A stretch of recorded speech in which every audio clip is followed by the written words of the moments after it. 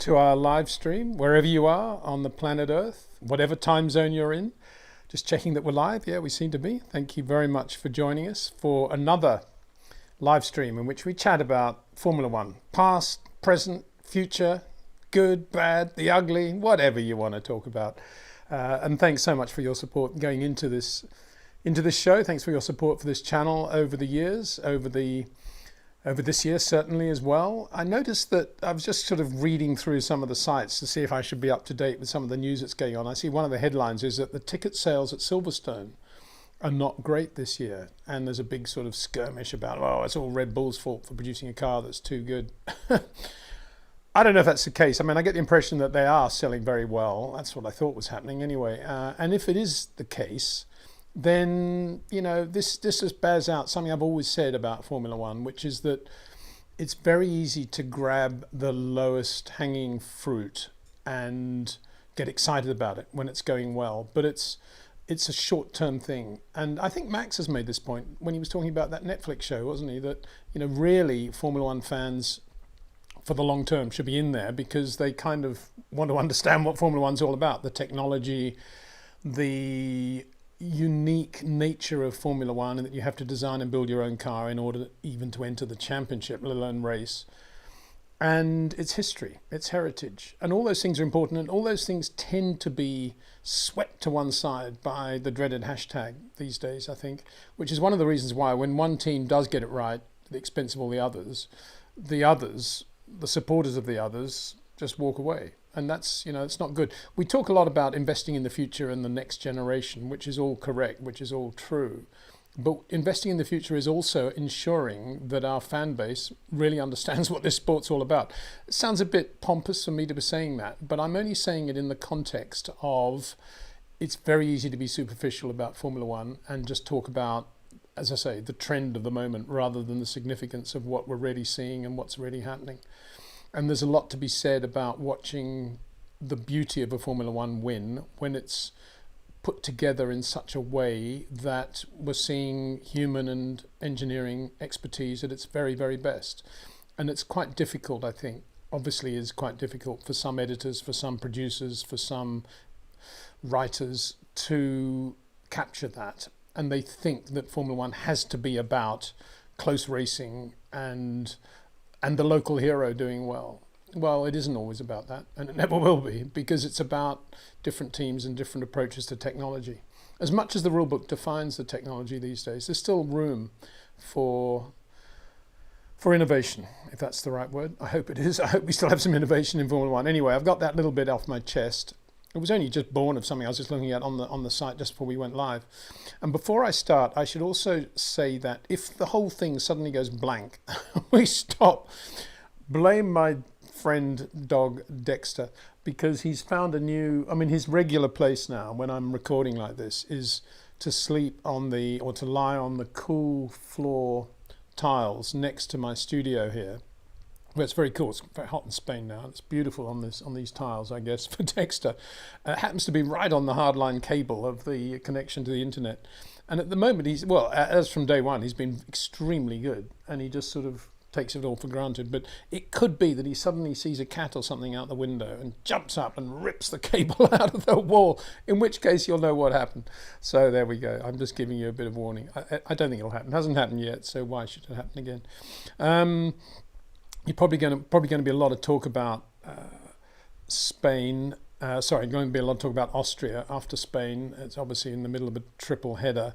Just a reminder of the tyres that we have set aside for the Pirelli are bringing to the Austrian Grand Prix. They're on the hard end of the spectrum, having been soft in Spain, and it's. Have I got that right? No, they're soft in Austria. Sorry about that. Yeah. Okay, there you go. You can see now. And so it's a very different compound selection to Spain. So in some dimension, you might think, what is Windsor on about when he's always going on about compounds? In another, you might think it is related. And if teams have gone well on that specific range of compound, it's a tyre that suits their car. I thought that was the case with McLaren for a while, but it doesn't seem to be, does it? They seem to be getting it right all the time. So yeah, there we go. Good. Well, with no more ado then, let's start with our questions. And the first is from, where are we? Let's get it right.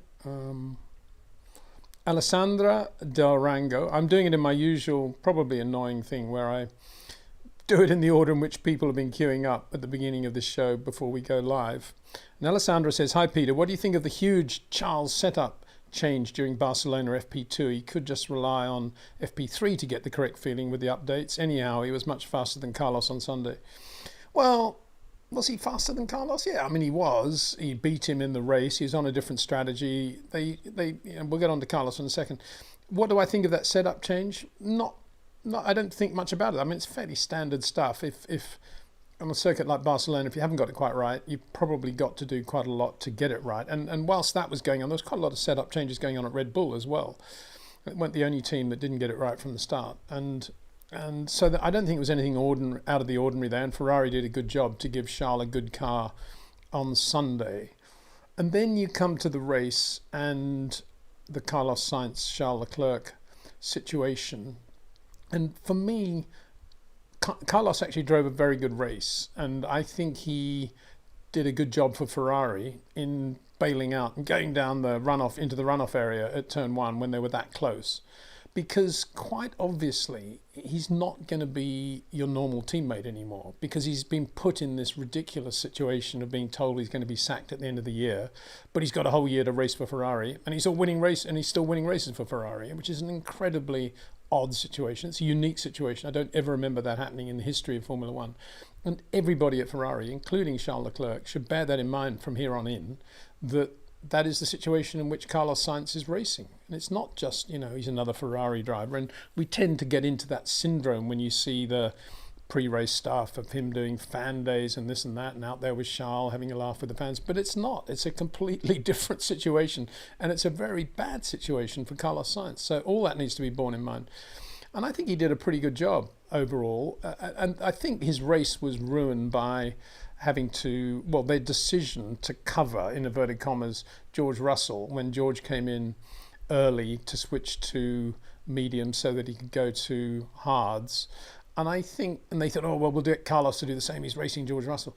And this whole business of covering the other driver, I think it's just become a sort of trendy thing right up through the feeder formula, right up to Formula One now. And it's preventing teams to think laterally.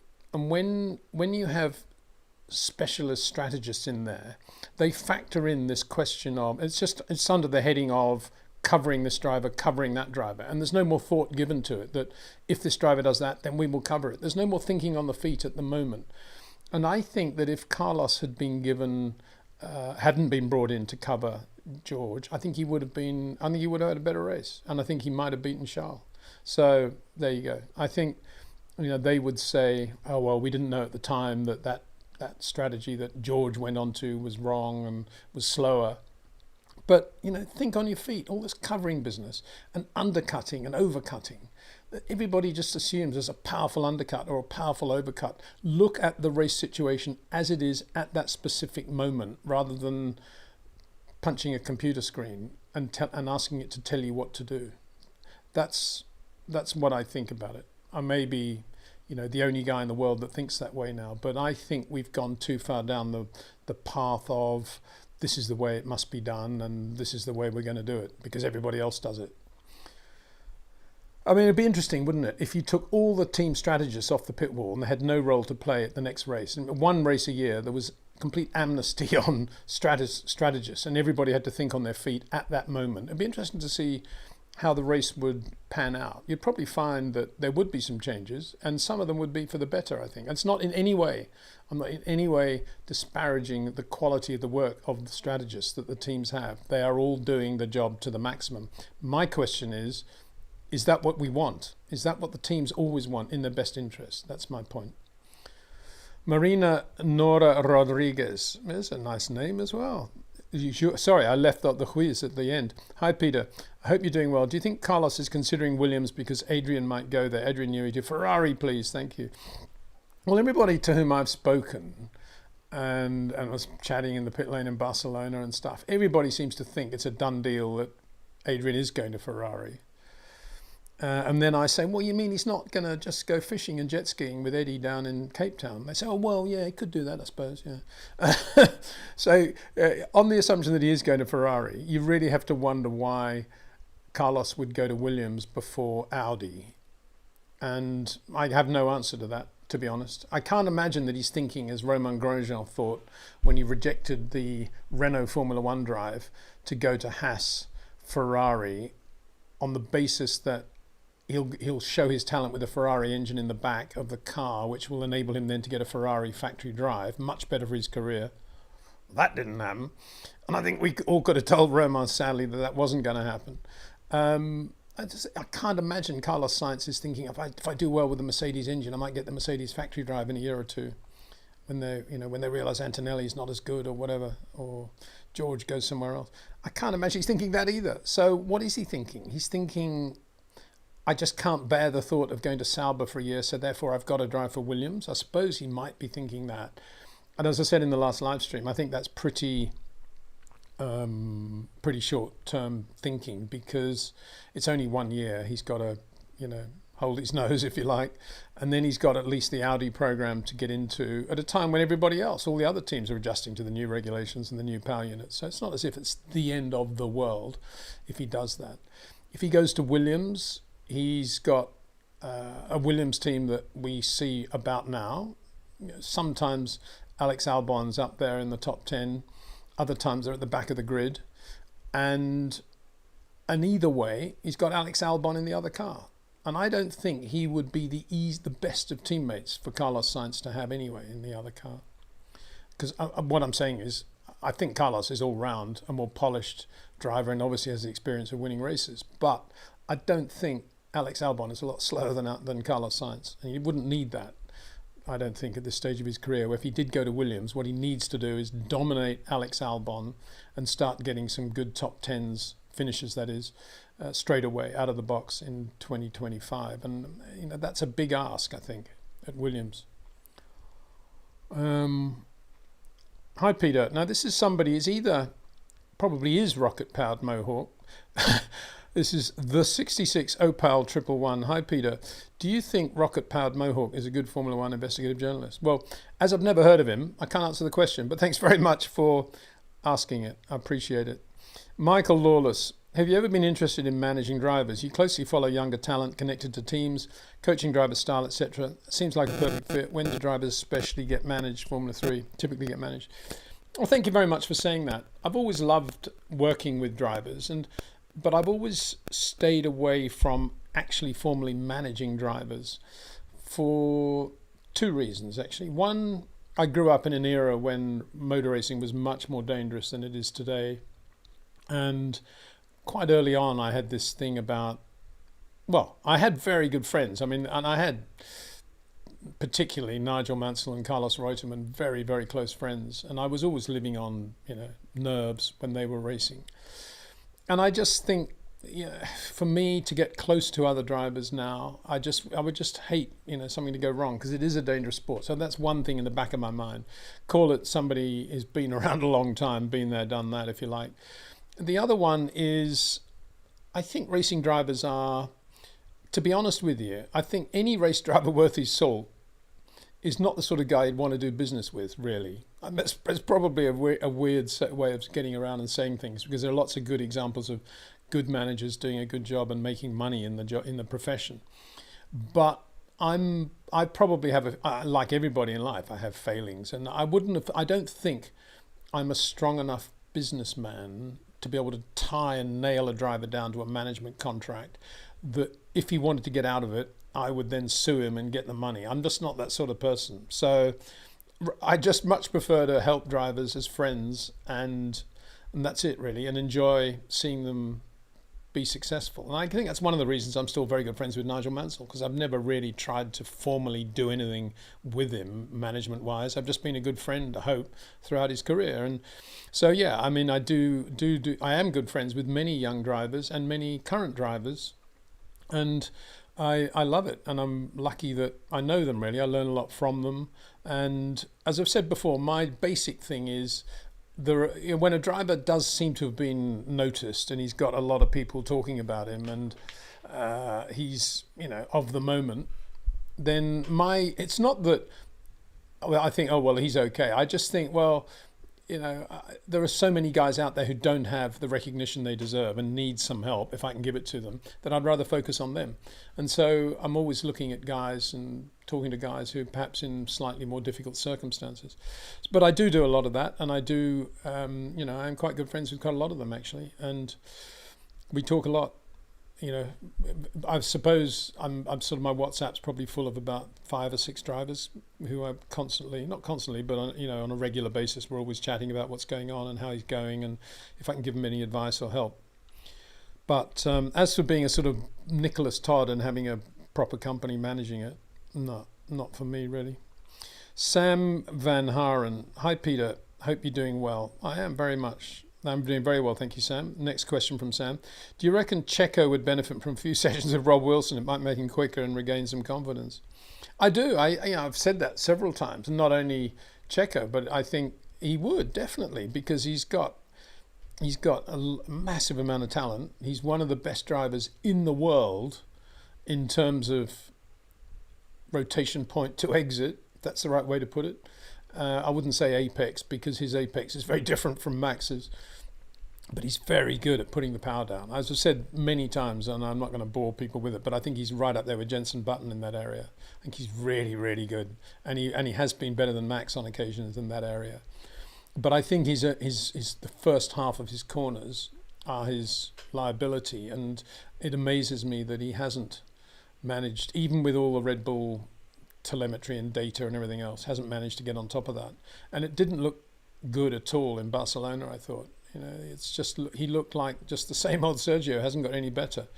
So yeah, of course he would. And of course what Rob would do, he'd have him in a road car, and Perez would be a bit confused as to how a road car could relate to a Formula One car, to which Rob, putting down his latte and his 5-year-old Nokia phone and getting behind the wheel of the car and doing a 1 minute 43 second lap between the cones at some airfield somewhere, would say, okay, well, if there's no relation, and if driving a road car is unbelievably easy for a guy of your talent, Sergio, go out now please and go a second lap quicker than me. I'm a late middle-aged guy and I've just had a large cappuccino or latte, and you should be able to thrash me, right? And of course he doesn't, and he wouldn't, and he couldn't.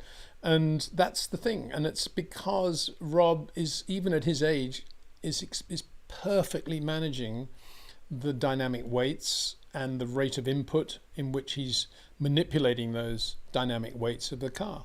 And that little thing that I just described has a perfect relevance to Formula One.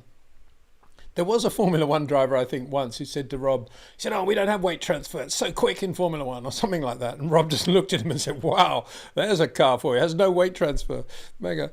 And of course it does. It just happens very quickly. And the beauty of doing it in road cars, it happens nice and slowly and spongily, and you can actually feel it. And you can see we're going into this right-hander, this sort of quick fourth gear right-hander with a bump in the middle, that Rob's got the turn in absolutely perfect, and he's got his short turn, little turn, big turn, and he's got the brakes perfect. And then Perez or some other driver takes over and he's got a slightly jerkier turn in and the back end comes out, and you say, oh, well, the tyres have gone off. No, they haven't gone off. They've just reacted to what you've just done to the steering. Checo. I shouldn't say Checo because, it could be anybody. And so that's what it is. And of course, those drivers who are used to living in this intoxicating world of private aircraft, servants all around them. Oh, sorry, physios, dietitians, whatever it is, and then engineers flapping around with all the data showing that if they did this, they would do that. They don't actually filter, they don't actually allow themselves to think, yeah, maybe I should spend a day sitting next to Rob Wilson and listening to this old guy talking about my steering inputs. They just don't. I mean, I think because the Formula One world is so rarefied now, the gap between reality, i.e. Rob, and what these guys think they need is bigger now than it's ever been before. And actually, there is room for some Grand Prix driver to say the gap is now so big that if I actually do some work with Rob, I might actually get a huge advantage here because nobody else is doing it anymore. I mean, Lance Stroll has done a lot of stuff, I think, with Rob. And I'm not sure how much he's doing now. I really don't know. but there was a time when he was going pretty well, considering, his experience, etc., and his background. He was going quite well, but that's kind of fallen away. And so it goes. It's just that Rob isn't a fashionable, cool thing. He's hard work, and Rob deliberately makes it hard work because for him, motor racing is about hard work, and it's about wet Wednesdays at Snetterton, changing the gear ratios when your hands are so cold you can barely feel what you're doing, and without that, in Rob's mind, without that urban texture, it's very difficult to make progress in Formula One. You've got to have that urban texture. And I was watching the FIA Formula 3 race at Spain. I know this is a long answer and this probably has no relevance at all to the question, but I'll say it anyway. I was watching that race, and yeah, some really good drivers there, but they all, some really good drivers at the back as well, not able to pass, all in DRS trains, all that stuff. And they're all late breakers. They've all got good reflexes. They've all got good balance. They all can hold a slide. And so how do you, if you are one of those guys, how do you actually do things better than anybody else? And that's the problem. And I think because Rob is out there, at least there's that possibility, but very few of them do it, even at that level now. It's become a very sort of hashtag trend thing there, and it's exemplified by the behavior of the winner of the race now, who has to do what was initially started, I guess, by Fernando Alonso and then taken up by Sebastian Vettel and now by everybody else on the planet. You win the race, you have to get out of the car, you have to stand on the scuttle, you have to wave to the crowd, you have to do the fist pump, you have to show the finger number one, you have to grab the number one in Parc Fermé, you have to embrace it. All that stuff, I think it'd be so cool to have some young guy win the race, come into Parc Fermé, wave a little bit to the crowd, to the people around Parc Fermé, get out of the car, maybe shake hands to an official or two, go quietly into the weighing area, come back out, shake a few more hands, and go up to the podium. And guess what? They'd say, wow, that's what Jackie Stewart or Jim Clark used to do. Why do they all have to copy one another with all that sort of football stuff? I just don't get it. There's no relationship between football and Formula One at all. Not that I watch football, but my wife does periodically. Well, a lot, actually. Too much. She's a massive Colombian fan, as you can imagine. But, all this sort of self-congratulatory rubbish they do now, it's because everybody does it. It doesn't mean anything to me. And I just think it's about time we were a little bit more humble, perhaps. And on that, I have another rant going on now. I mentioned Lance Stroll earlier. Here were two messages we got. I think it was FP3 in Barcelona. Tell me the difference between these two messages. Lance Stroll to his engineer. I want more padding. I've got problem with my knee in the cockpit. That was Lance Stroll. George Russell. I wonder if I could please have a bit more padding next time. I got a bit of a pain with my leg here. Difference? The word please. Need I say more? Lou Sequoia. Hi Peter, I'd like to know why all the traffic when they go into practice, they all say, what an idiot, he's in the way, why is this, and could it be better? Thanks. Well, yeah, and then if you're Charles Leclerc, you go and drive into Lando Norris, or you're Lance Stroll, you go and drive into Lewis Hamilton. Well, they touched him now. I better not accuse him of doing that, but they did certainly touch, and I think Lance was going a lot quicker at the time. Yeah, it's ridiculous, isn't it? They've got GPS, they've got all this stuff, they've got the strategists, they've got everything, and they all manage to get it all held up all the time. Yeah, it's really terrible. And it's, you know what it is? I go back to the Sterling Moss thing, and it's the lack of manners. It's the lack of manners, and it's because, Sterling, if ever he was catching a back marker, it was two things were going to happen. If the back marker made it relatively easy, looked in his mirrors, and I say back marker, let's apply this to practice as well. If you're on a slow lap and there's somebody quick coming up, and Sterling passed him without a problem, Sterling would always put his hand up out of the cockpit to say thank you. And if the guy, by contrast, held him up for a corner or two, he'd wave his fist like that. Simple. Two things: hand gesture, fist. Everybody knew what was going on, and for a long time, everybody adopted that. Now, what's happened to hand gestures? What's happened to saying thank you when somebody makes it easy for you to pass? Even if it is GPS, even if they've been told, 10 seconds before, move over, Max Verstappen is about to lap you. Why doesn't Max just put his hand up in acknowledgement? And if we had that level of manners again, then I think there would be less drama in traffic in qualifying sessions and even untimed practice sessions in Formula One. Because it's dog eat dog, and everybody's, it's always Sainz in the way, or it's always, it's one of the Aston Martins again. It's always this again business. And you know, particularly Guanyu Zhou and Yuki Tsunoda are pretty heavy on that, aren't they? And it's all, well, if you were nice to people, guess what? People might be nice to you back. That's what I think.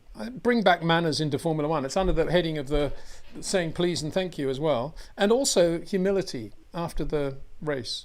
Yep, 3 things.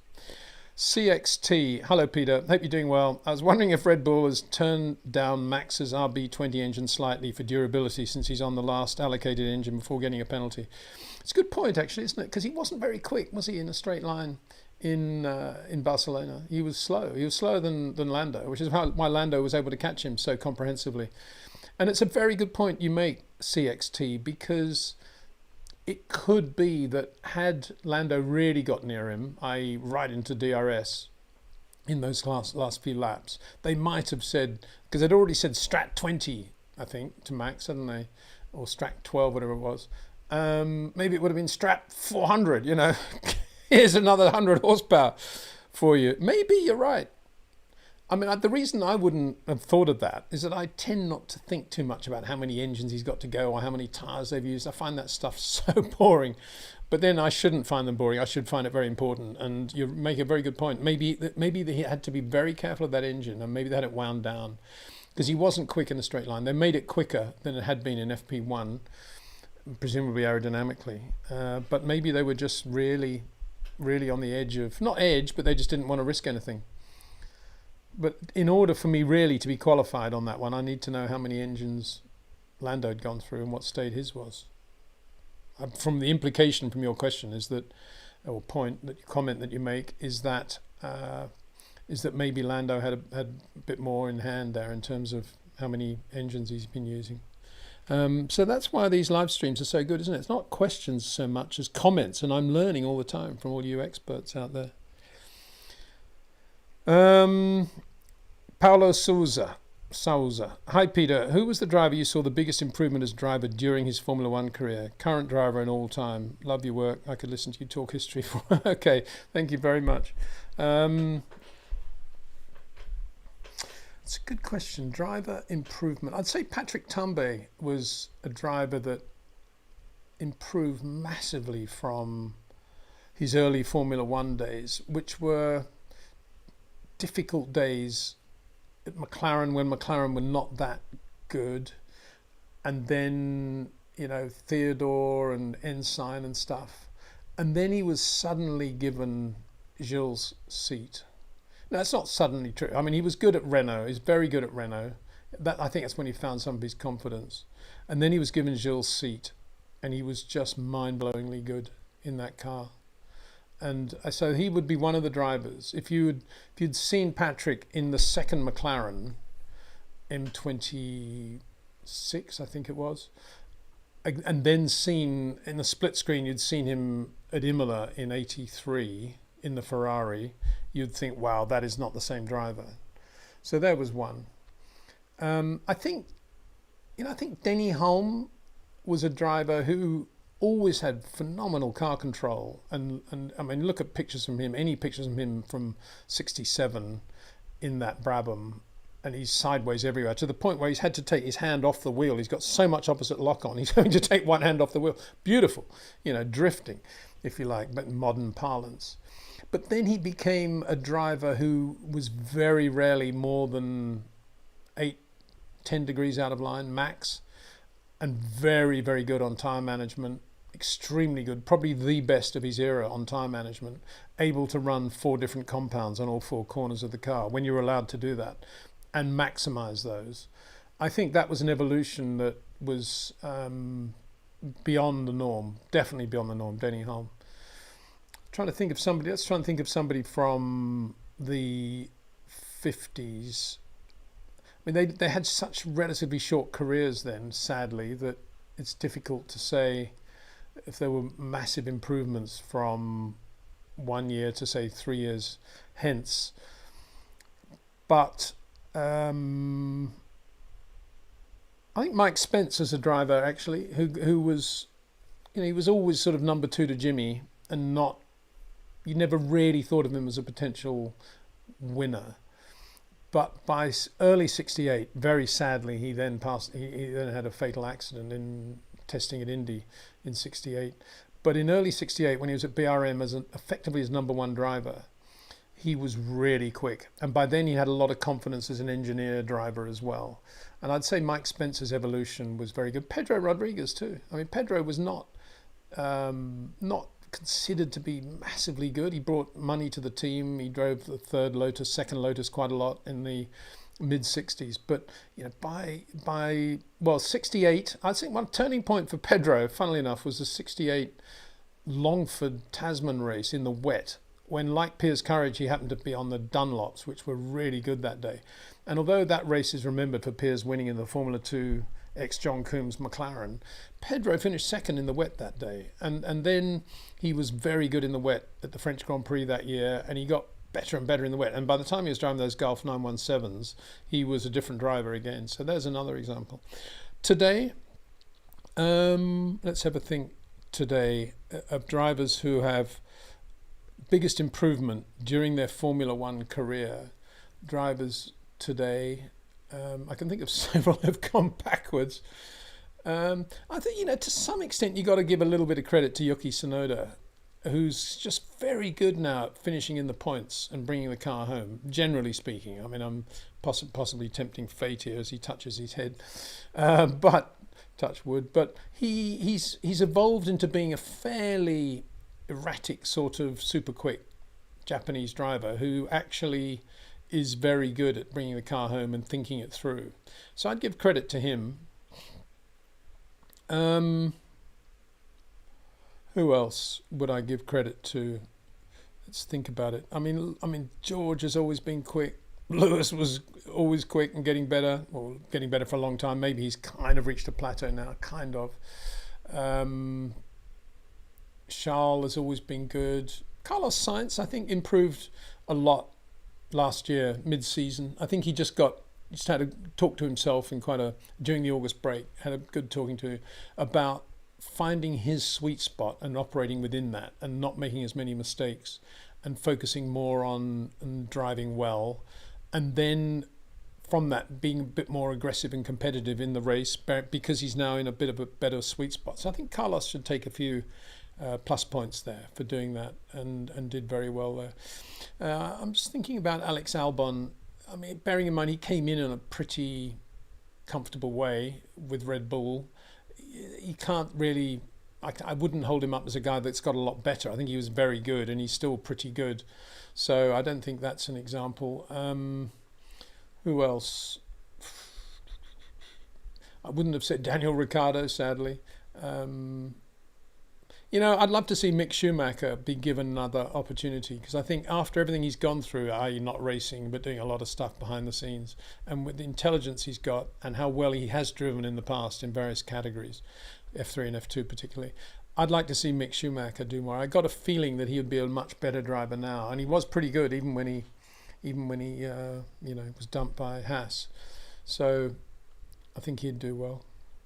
Anyway, good question. Go on forever on that one. It's sort of one of those pub questions, isn't it? You look at your watch and say, oh, wow, it's closing time. Better get out of here. Tony, good day, Peter. What do you think more closely reflects Formula One ability? F2 results or test laps in a 2 to 3 year old Formula One car? I know where you're coming from with this question, because you could say you win a Formula 2 championship, you should be in Formula 1, you deserve a chance in Formula 1. And of course you do. And I agree with that 100%. Test laps in a 2-3 year old Formula 1 car. Well, then even the test laps, and let's assume we're talking FP1 here, are not the same as the test laps that, say, Sebastian Vettel used to drive for BMW, because in those days they were genuine laps where you went out and he was driving the car to do a specific thing, and he was given the whole session, the right sets of tires and everything else, and he could go quickly in the car. These days, because it's in the contract for the academy driver, the team is very concerned about the car getting hurt, and there are so few opportunities to repair things now. There's only 2 cars, all the rest of it, that then they're not really realistic at all. You know, I like you, I read, oh, so-and-so is going to be given an FP3, biggest opportunity of his career. It's not the biggest opportunity because it doesn't mean anything. They've got massive restraints on them, and it's only FP1 anyway. So if I said FP3 before, I meant FP1, sorry. So it's, I'd have to say F2 results based on your question, which is more reflective of F1 ability. But of course, the real answer is it's how well drivers, before they get into Formula One, perform in the cars they have, even if they're not winning. Let's bear in mind what team they're driving for, what budget they've got, and how well they drive that car when you're out on the circuit watching them on demanding corners. That's what should be the ultimate barometer of how good a driver is. And I come back to my experience with Nigel. If you wanted to look at the 1979 Formula 3 season in the UK and you looked at results, you would not have selected Nigel Mansell as a future world champion. Nobody did. But if you looked at what he was doing on the circuit, what he was doing with an underpowered Dolomite engine in the back of that Unipart March, how much less wing he was having to run in order to make the thing half competitive on the straight, and how well he was making up for that around corners, then you would have perhaps seen, wow, this guy is driving pretty well. But people don't take the trouble to do that, and they don't take the trouble to factor in budgets, how much testing a driver does over the winter in a car outside their category, but they can get away with doing it. How all those things are never taken into account when the teams are looking at young talent. Well, I don't think they don't seem to be, based on the evidence and based on the number of very good drivers out there who don't have the opportunity to show their ability and in Formula One. So there's a lot wrong with the system, and I have said it a lot of the times, and I think I'll just repeat it very quickly. The only solution for me is to have a second B Division Formula One championship in which the teams run their second or third year 2-year-old cars, and we have all these young drivers being given an opportunity in this second championship, B Division championship, which is staged at racetracks that want to be a part of the Formula One World Championship but are not yet on the Formula One World Championship. It's a winner both ways. You could really market that well television-wise in those countries particularly. It's great for social media because you've got young guys being given an opportunity, national heroes if you like.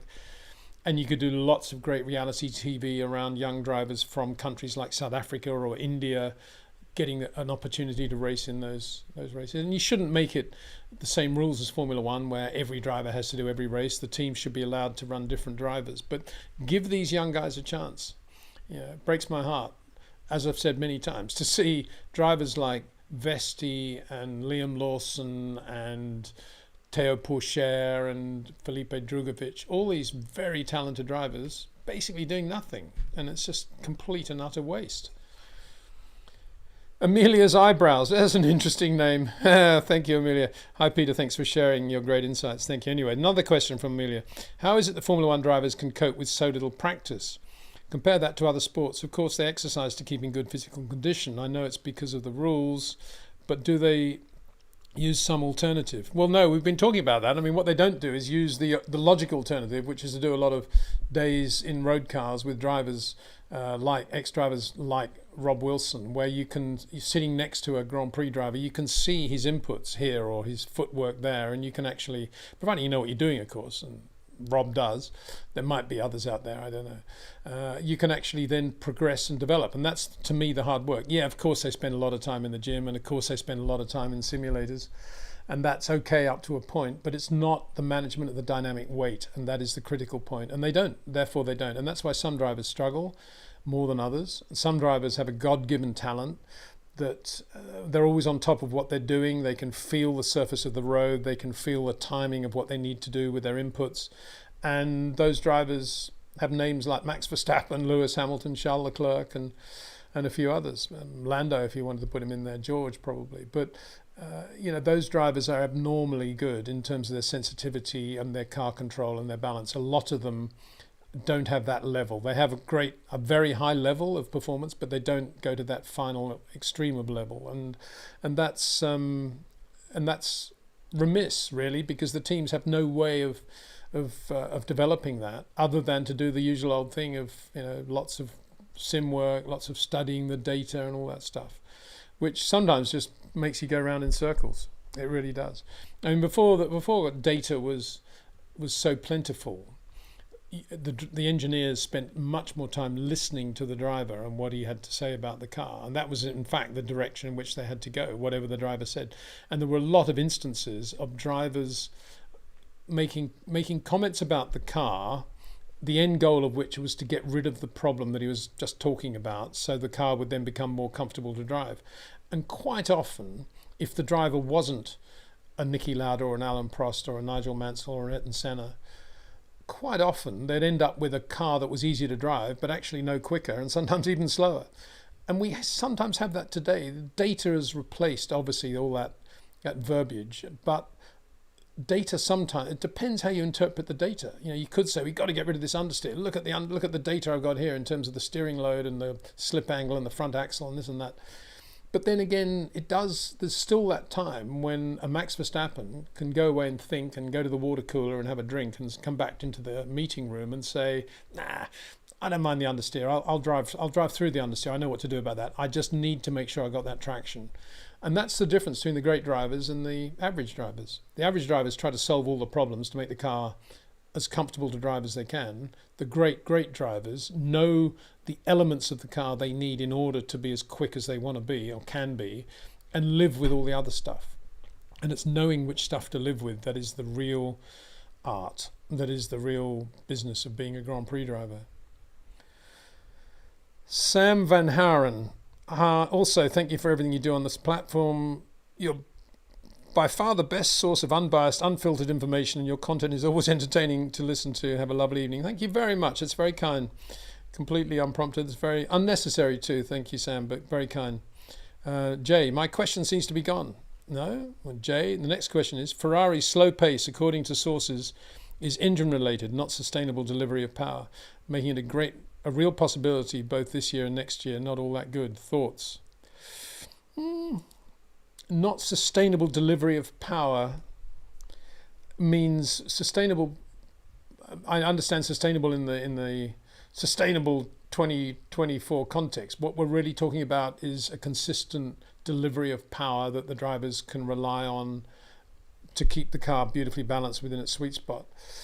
Maybe so. I think that probably is the case. I can't imagine that Ferrari's delivery of power to the right foot, if you like, right foot to the rear wheels, is any worse or better than that of, say, Renault or Honda or Mercedes, for that matter. I think they're all suffering there, and I question that a little bit, because the point you make, because the Ferrari was quick-ish in a straight line in Barcelona.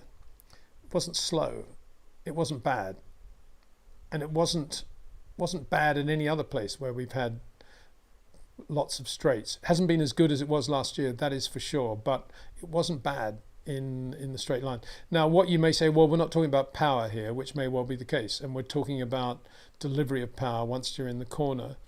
And if that's okay, if that's the case, how on earth are we, any of us, going to be able to say that? We don't. And equally, how would the Ferrari team and drivers be able to relate that to other engines anyway? As I said, it could well be that they do have a problem, but how do they know that Honda don't have the same problem, but Max does a better job of getting around it than Sergio Perez and Yuki Tsunoda and Daniel Ricciardo? How do we know that? And I don't think the teams know it. So if the teams don't know it, how do Ferrari know it? How would we know it? More to the point, unless we see all the comparative data of all the engines, I don't see how there's any way of answering that question, really. And here's another point. If that was the case, and the engine's the same this year as it was last year, how is it that they've made the car easier to drive in terms of time management in 2024 compared to 2023? if that engine had a big problem like that, that shouldn't have happened. They would have said, "Oh no, we've still got the same problems," even though we've taken top speed out of the car and we've added to the downforce, which they have. We still have this terrible problem with tire management. Then you could really possibly say it was engine, but they don't. They actually have better opportunities for tire management now than they had last year. Okay, Barcelona wasn't their greatest race. Canada was terrible, but we've had some good races from Ferrari, even Monaco aside. So again, I'm slightly skeptical about things like that, but it's certainly a point worth talking about, that's for sure. Thank you very much for that, Jay. Super chat from Cameron F1. Hey Cam, if anybody has been, if you haven't seen it, I've done a long-ish interview with Cameron. I did it yesterday, mainly talking about the fallout from Barcelona, so get on to Cameron's channels. He says, long time no speak, what's the best Formula One book you've ever read, says Cameron. Oh, sorry, I haven't actually clicked it up there. That's a very good question, Cam. I have actually not wavered in my declaration of Jim Clark at the wheel. So it would still have to be Jim Clark at the wheel, only because it was the first book I ever read. Well, A, it was the first motor racing book I ever read, and B, it was the book that absolutely captivated me towards the business of Formula One and being a racing driver, as Jim Clark was. And it's kind of been my gold standard ever since. Now, there have been lots of other great books written. I think one of the books that is very easy to read, very light read, and a very interesting read is The Checkered Year by Ted Simon, about the 1970 Formula One season, in which he was living with the March Formula One team, which actually then was pretty good. You know, it was Jackie Stewart and Chris Amon for a start, and it's a really good book, well written too. I mean, that's one of the key elements about The Checkered Year. And Jim Clark's book is well written too. Graham Gould did a very good job with that. Other books I've got, The Cruel Sport was a very good book, Daily, and Charles Fox has written some very good books as well about Formula One and motor racing. So, and anything written by Nigel Roebuck I'll always read as well. So yeah, thanks for that question, Cameron. Good question. So next one, Jay. This is from Jay again, going back to Jay. What do you make of a single Pringle, Stuart Pringle, becoming so expensive? Nobody can buy multiple Pringles anymore. Most of all, the single Pringle blames it on the salsa, Red Bull. Okay, so here we are talking about the British, finally got there, talking about the British Grand Prix sales not being particularly good. So that looks like that is the case, and we're talking about Stuart Pringle there. He used to be a very efficient secretary of the BRDC who's now working for Silverstone. I wouldn't blame Stuart. He's a good guy and knows what he's doing, and the entry prices for Silverstone will only be relative to the amount Silverstone are having to pay to stage the British Grand Prix. And they've always been on the edge, haven't they, Silverstone, in terms of what Formula One wants from one of its premier blue ribbon events, even in the Bernie days, especially in the Bernie days, to what they can actually make from the Grand Prix at Silverstone. And that's what you're seeing. You know, it's an incredible imbalance between the two, and that's the situation in most of Formula One today. We don't hear so much about it anymore because Liberty put on races where they want to have them and probably do quite a lot of underwriting of those races. Miami, good example. Vegas, probably another. But if you look at the bare basic business model of Formula One, as created by Bernie Ecclestone, as adopted by Liberty Media, it is that the circuit is incredibly lucky to have a date on the Formula One World Championship. It should be there as an honour. Don't even think about trying to make any money around the race weekend, because that's not what you're on the calendar for. You're there just because you're lucky to be there and to promote your country. And most of them do run at a loss. You know, the Australian Grand Prix, as I say, runs at a loss. You can quantify it a little bit. You can minimize that loss, I guess, by saying how much brought to the economy in terms of additional hotels and restaurant takings and so forth. But in general, the Australian Grand Prix, one of the most successful races of the year, loses money because all the money from Formula One, a race, goes to Formula One. That's what the whole Andretti thing is all about. All that money, the teams get it, and they don't want to have to share it any more than they need to. So you come to the British Grand Prix, it's slightly different because it's not underwritten by anybody. It's certainly not underwritten by the local Northampton council, let alone the British government. So they have to make this race work, or at least break even on a logical way. And the only thing they can do is do that through gate takings, because they don't have any rights really to any sort of title sponsorship or circuit advertising. They have a little bit more than some circuits, but not much in terms of hospitality. So it's a really difficult business model. So I wouldn't give Stuart Pringle and Silverstone a hard time. It's to do with the fact that the British Grand Prix is on the calendar without any underwriting from any source, any government or local source, or indeed a big, large sponsor. And that's why there's no German Grand Prix and why there's no French Grand Prix. Two of the most important countries in the history of Formula One, and even today in Formula One. And they're not on the calendar because there's no way they would get any local government or federal government support either. But Silverstone, bless them, continue to put on that race. And they should be given credit for that, I think. And the money that they're charging is, maybe they won't get a capacity crowd, but it's probably still the right price, even if it's not capacity, in terms of attempting to break even on the race.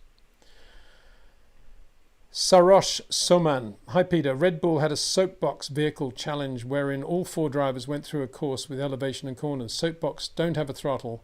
Max came first. Insight for me, he was very smooth with minimal steering inputs, no tire scrub, car was just floating. The other 3 came to a halt rather quickly, which tells me the difference in the feel they're having for these cars. Wow, well observed.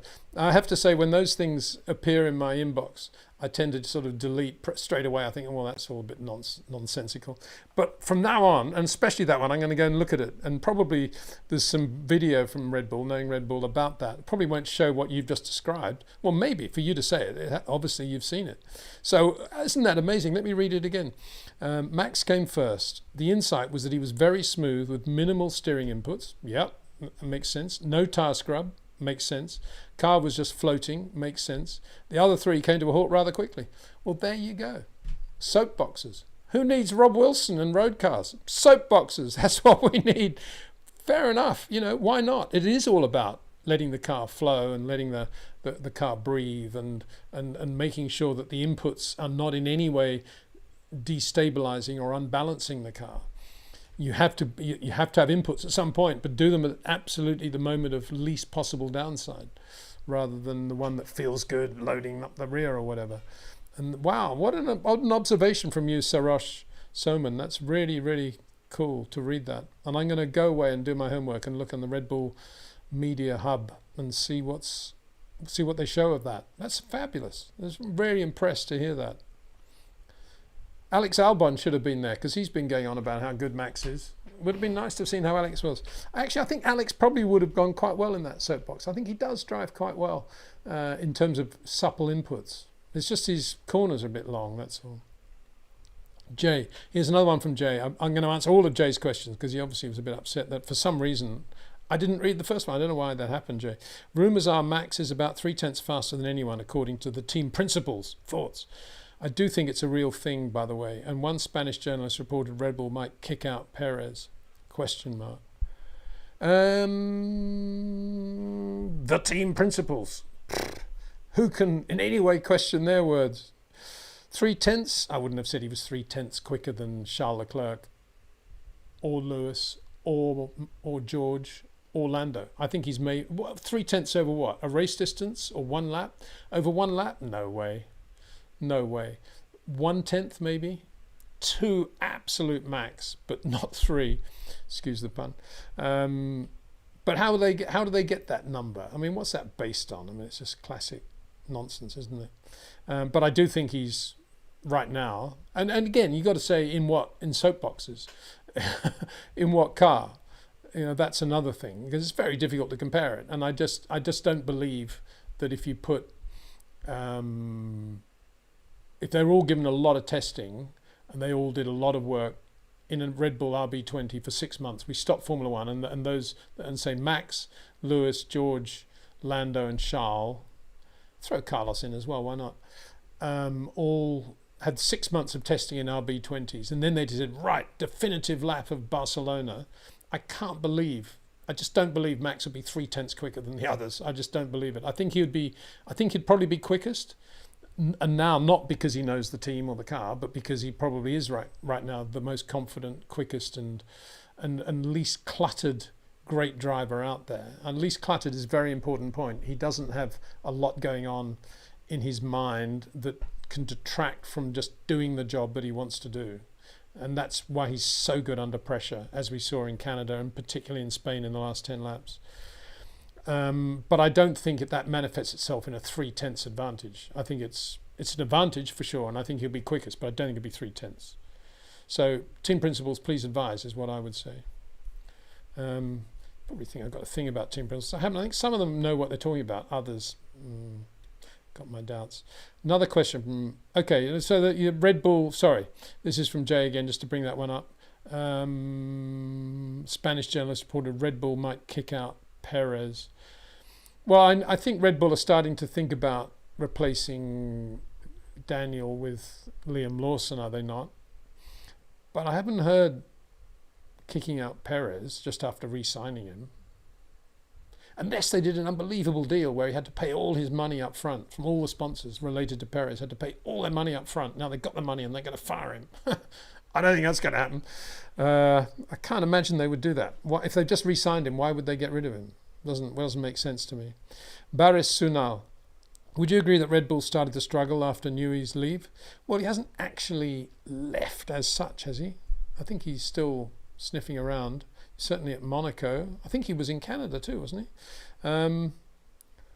So, no, I think Red Bull, what we're seeing from Red Bull is just as I've been saying, by now, in reality, teams like McLaren, Mercedes, Ferrari should be much nearer to Red Bull than they are. Maybe take McLaren out of that because they're just about there, if not ahead, but certainly Mercedes and Ferrari. And that's because we're getting to the end of these particular regulations at the end of 2025. And there's a limit, if you like, to put it bluntly, to what you can actually design and build if you're a top team with a good budget and good facilities. Not allowed to say good budget anymore because in theory they've all got the same budget. So I think it's that, they're all starting to reach the same conclusion in theory, and that's the way you do it. That's the way you get rid of the bouncing and have a reasonably low ride height, and that's the way you get the car to work on traction as well as having quite a good turn in. Compromised Mercedes. And that's what it is. They're all coming up with the same, and there's not much, if you are Red Bull, you can do about that other than continue to make very, very small, tiny incremental changes to the car, to the benefit of the car. But in theory, next year, 4 teams should be all very, very even. It should be the closest Formula One season ever, because I don't ever remember a situation in the history of Formula One where the regulations are so tight and the championship based on those regulations has been around long enough for there to be effectively no changes at all that will be made from one year to the next. And so I can't remember that happening. In the days when the championship, the regulations changed even less frequently, they were nothing like as tight as they are now. So you would still have V12 engines or flat 12 engines or turbo or non-turbo. But these days, everything's incredibly tightly regulated, and it's a relatively long period between regulation changes. So never before have we been in a situation that we're going to face in 25 where, as I say, in theory, they should all be up against the brick wall. They've reached that point and they should all be coming up with the same conclusions. It should be very, very close competitive racing, regardless of Adrian. Even if Adrian was at Red Bull, I think he would be facing that situation. So I think Red Bull, what we've seen from Red Bull is just very good compromise management based on the knowledge they have in terms of setup, very good driving from Max Verstappen, and just knowing that they're going to win a championship by having a consistently good car at every race, even if it's not a winning car at every race, whereas everybody else is still a bit spiky. A win here, a P4 there, a win there, a P7 there, whatever. Or in case of Ferrari, a P14 or whatever it was. CBG. Hi Peter, hope you're well. is the friction circle the main reason why drivers like Max, Lewis and Oscar are less prone to a lock-up because they know exactly how much grip they have within the circle? Well, it's commonly known as the traction ellipse these days rather than the friction circle, but it's not that they know that or they're even thinking about that. It's just that that is a geometric way of explaining why they are able not to lock up the wheels as much as other drivers do. It's a mathematical reflection of how they drive. I'm sure Max probably, I'd be surprised if Max knows much about the friction circle or the traction ellipse. I'd be shocked actually if he even thinks about it. But it does explain why he's so good. He's basically on the edge of the circle all the time. He's maximizing the performance of the tire, or as near to the edge as he can. So when he brakes, he doesn't go boom down to the middle axis and then out to the outer one. It's always a nice gentle curve. And that's why he's as good as he is. And it's amazing that, I mean, whoever the mathematician was who came up with that explanation is a complete genius from where I sit, because it perfectly encapsulates the difference between, say, Max and Sergio Perez. Sergio's friction circle line will come down much more dramatically towards the center as he's braking and then accelerate much faster towards the edge, whereas Max's will be more like that. And that's what a brilliant piecework, a thing of genius that is. But on the other side of the coin, Harvey Postlethwaite designed the 1970, I just want to think what this was.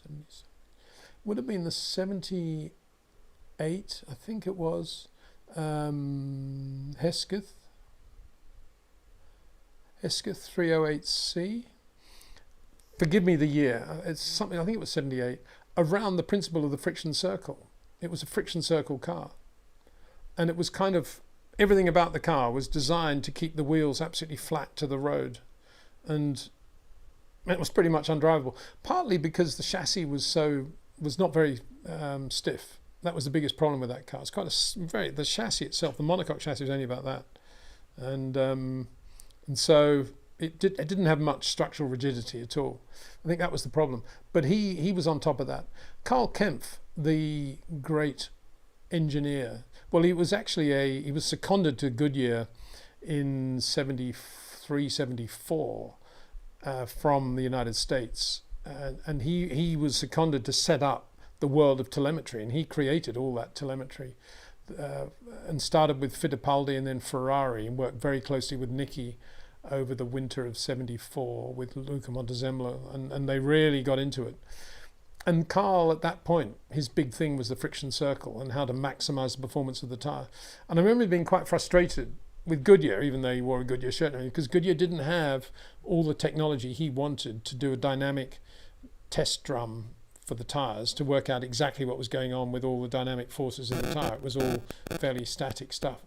And, well, unidirectional, I think, was the point. And so I remember him being quite frustrated about that. And I remember watching qualifying for the Italian Grand Prix in 75 from the lovely Marshall's post overlooking the entrance to the Parabolica at Monza. So you got up this tiny step and then you're on this beautiful gantry overlooking the circuit, and you think for a millisecond, what would happen if this whole thing collapsed? But then you put that thought out of your mind, and all of a sudden you got Formula One cars coming towards you and braking into the Parabolica, turning into the Parabolica right underneath you. Great place to watch. They probably don't allow people like me to go and watch from there anymore. Anyway, and I was up there with Karl doing that, and he was pointing out the difference in the colour of the tread of the left rear, the outside rear, as the cars were coming in loading up. And you could just see this sort of black, getting darker, just going zhunk like that across the top of the tyre. Brilliant. And so that was the dynamic force generation and temperature, obviously, that Karl wanted Goodyear actually to encapsulate in terms of numbers, but couldn't at that point. But he was doing it on the cars very well. And Niki loved it. Part of the reason Niki was so good in 75 was because of all that testing he did with Karl Kempf at Fiorano. Brilliant. So I don't know how we got onto all that, but anyway, very good question. Thank you.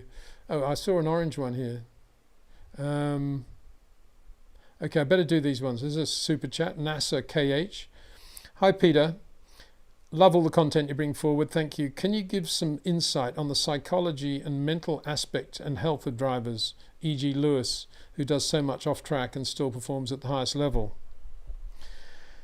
Yeah, well, I think one of the reasons he does perform at the highest level is because he does so much off track, and he doesn't actually he doesn't eat, sleep, drink Formula One in a way that I think a lot of younger generation drivers probably think they have to.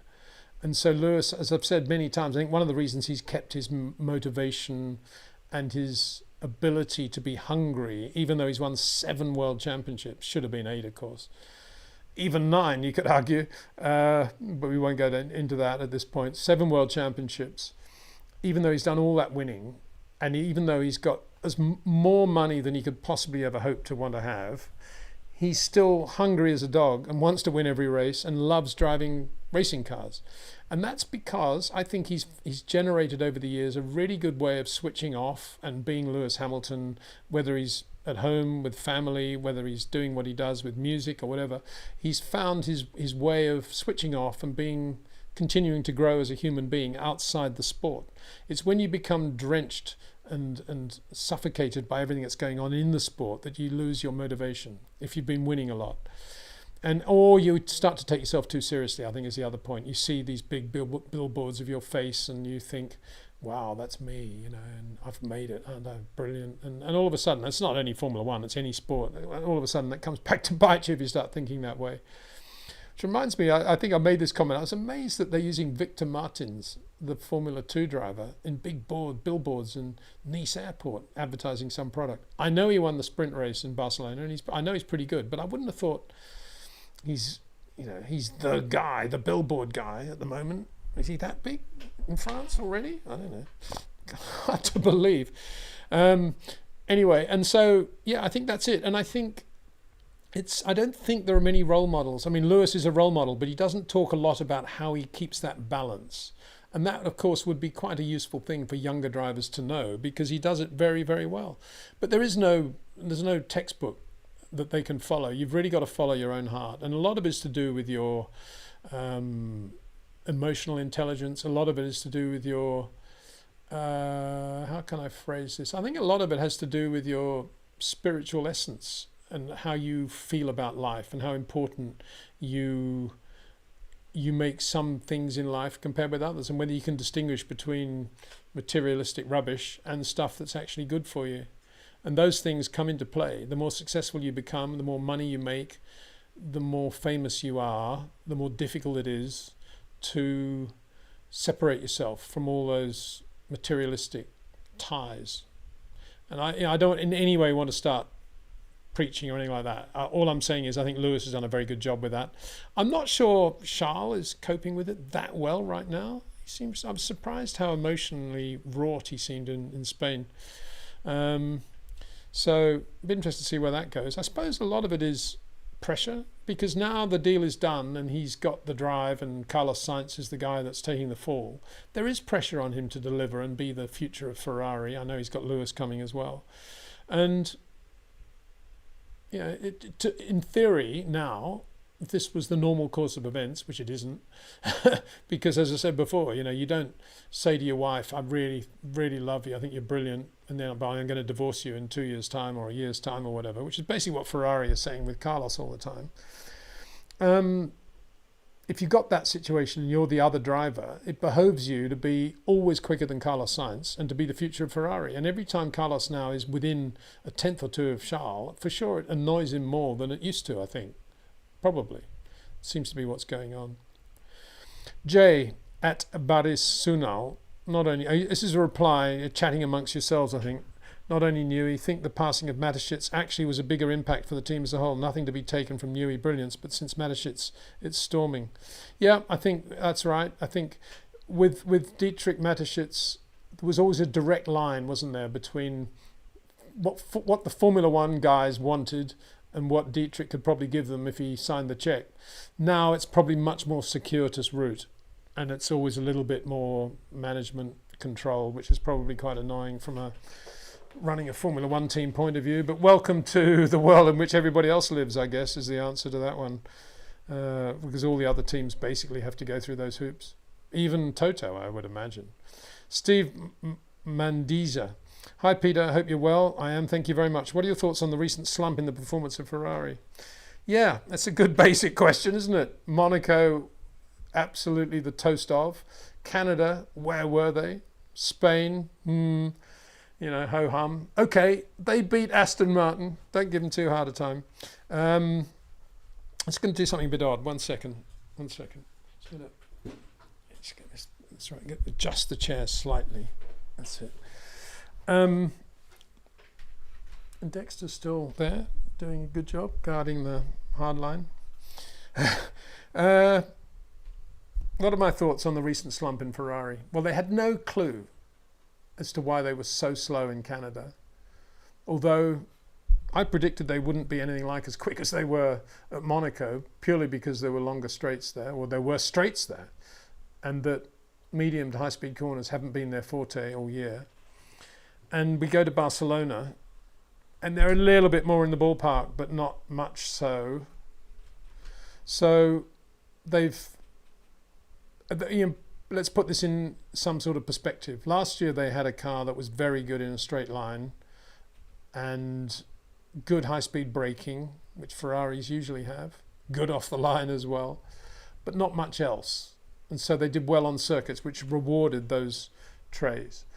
This year, over the winter, they did a very good job, and I've been praising them a lot, a very good job of adding downforce to the car at the expense of some top speed, but giving the drivers much more ability to manage the tyres over a race distance and a sort of drivability factor, if you like. McLaren did the same thing and did a much better job of it. Ferrari came to Barcelona with a car that was pretty good in a straight line. So you could argue if they could keep the top speed they've got now, they'll be okay going forward from here, but not as much downforce as Red Bull or McLaren on any of the sectors, whether it be medium, high speed or slow speed corners. So they've obviously got into this point where there's sort of, bit more top speed, but add some more downforce to the car, and then we'll get the car back into the zone where we can actually drive it around corners. So I would guess they're going to try and run a bit more relative wing, or add more downforce to the car anyway for Austria going forward, and Silverstone to look after the tyres. Well, not look after the tyres, but give themselves more grip and downforce everywhere. I think that's what they're going to do, and they're going to have to live with a top speed deficiency, a bit like Aston Martin. But that's easier to live with in some ways than the grip thing. So I think they've just found the edge of what they can do with that car, given the overall concept of where they went with it in the first place, which was that it was quite an aerodynamically slippery car. And they've done a good job adapting that to reality over this winter.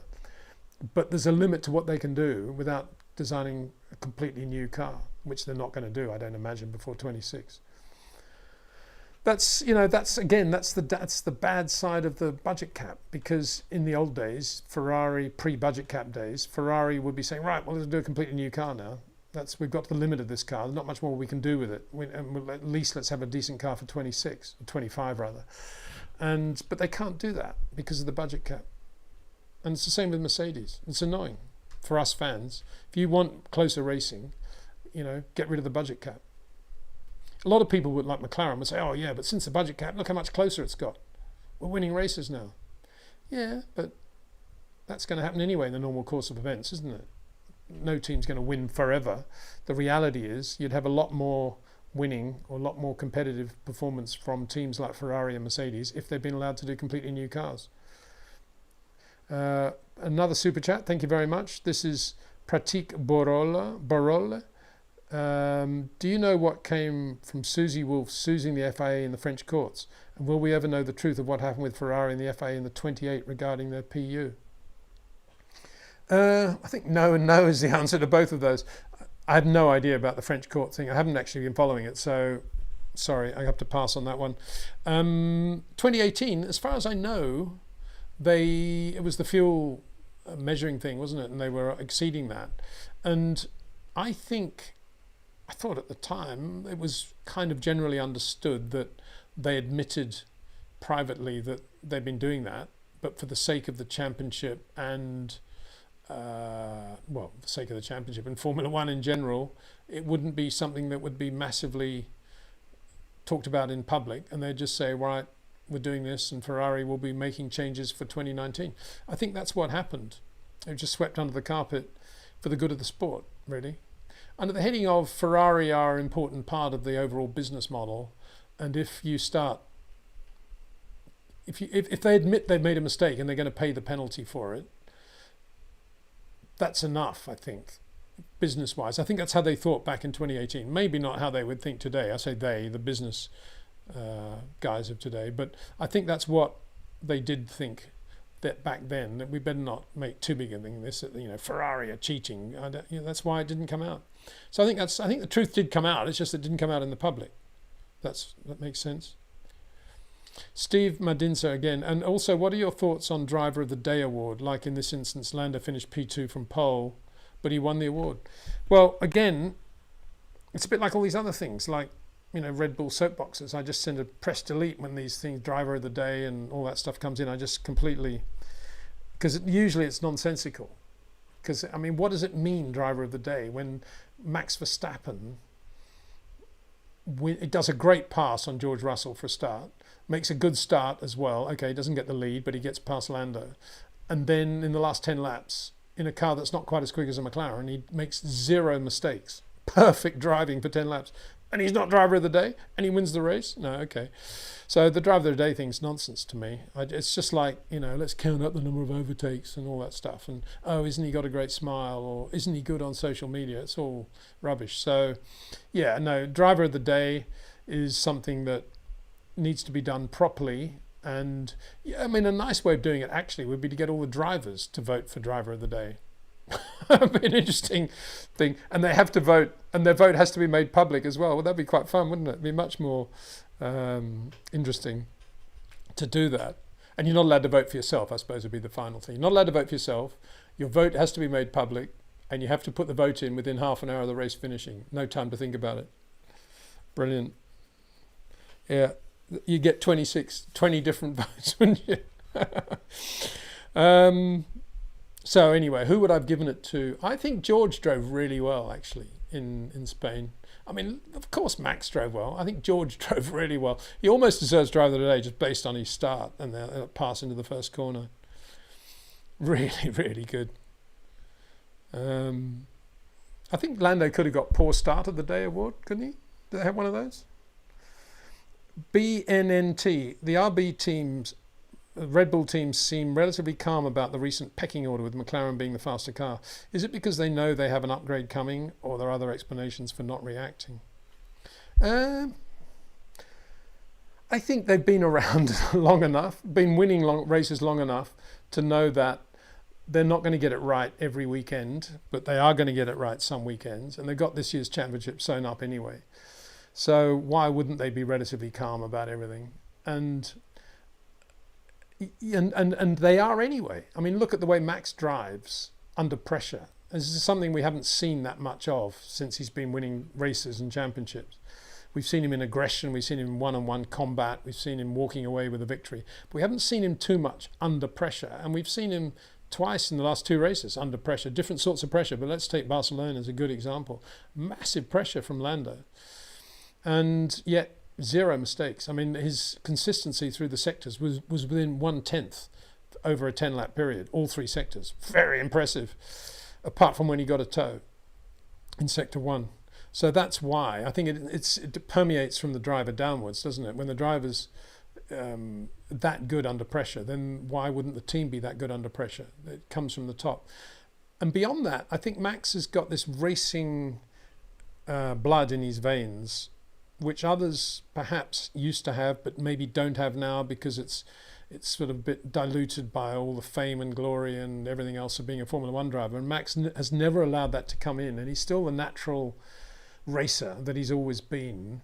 And that came through, I think, in FP3 in Barcelona when he got on the radio quite early on in the session, and I can't remember the exact words, but it was something along the lines of, "Come on, guys, I want to let's see a bit more fire," or something like that, or let's everybody wake up, or something like that. And I just thought, wow, it's pretty cool, isn't it? Because they're all listening to that, And they're all going to respond to that. And it's one thing when Max Verstappen says that. It's another thing if Yuki Tsunoda says that to the Alpha, to the Visa Cash App lot.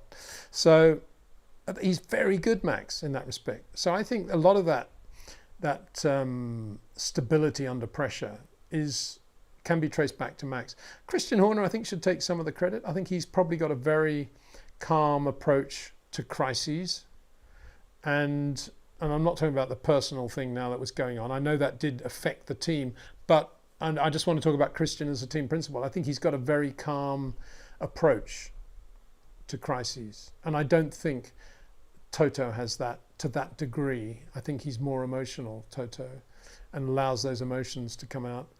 Freddie Vasseur, probably similar, but I'm not sure he's as well-rounded as Christian as a team principal in terms of man management and feel for people. I think Christian shouldn't be underrated in that area.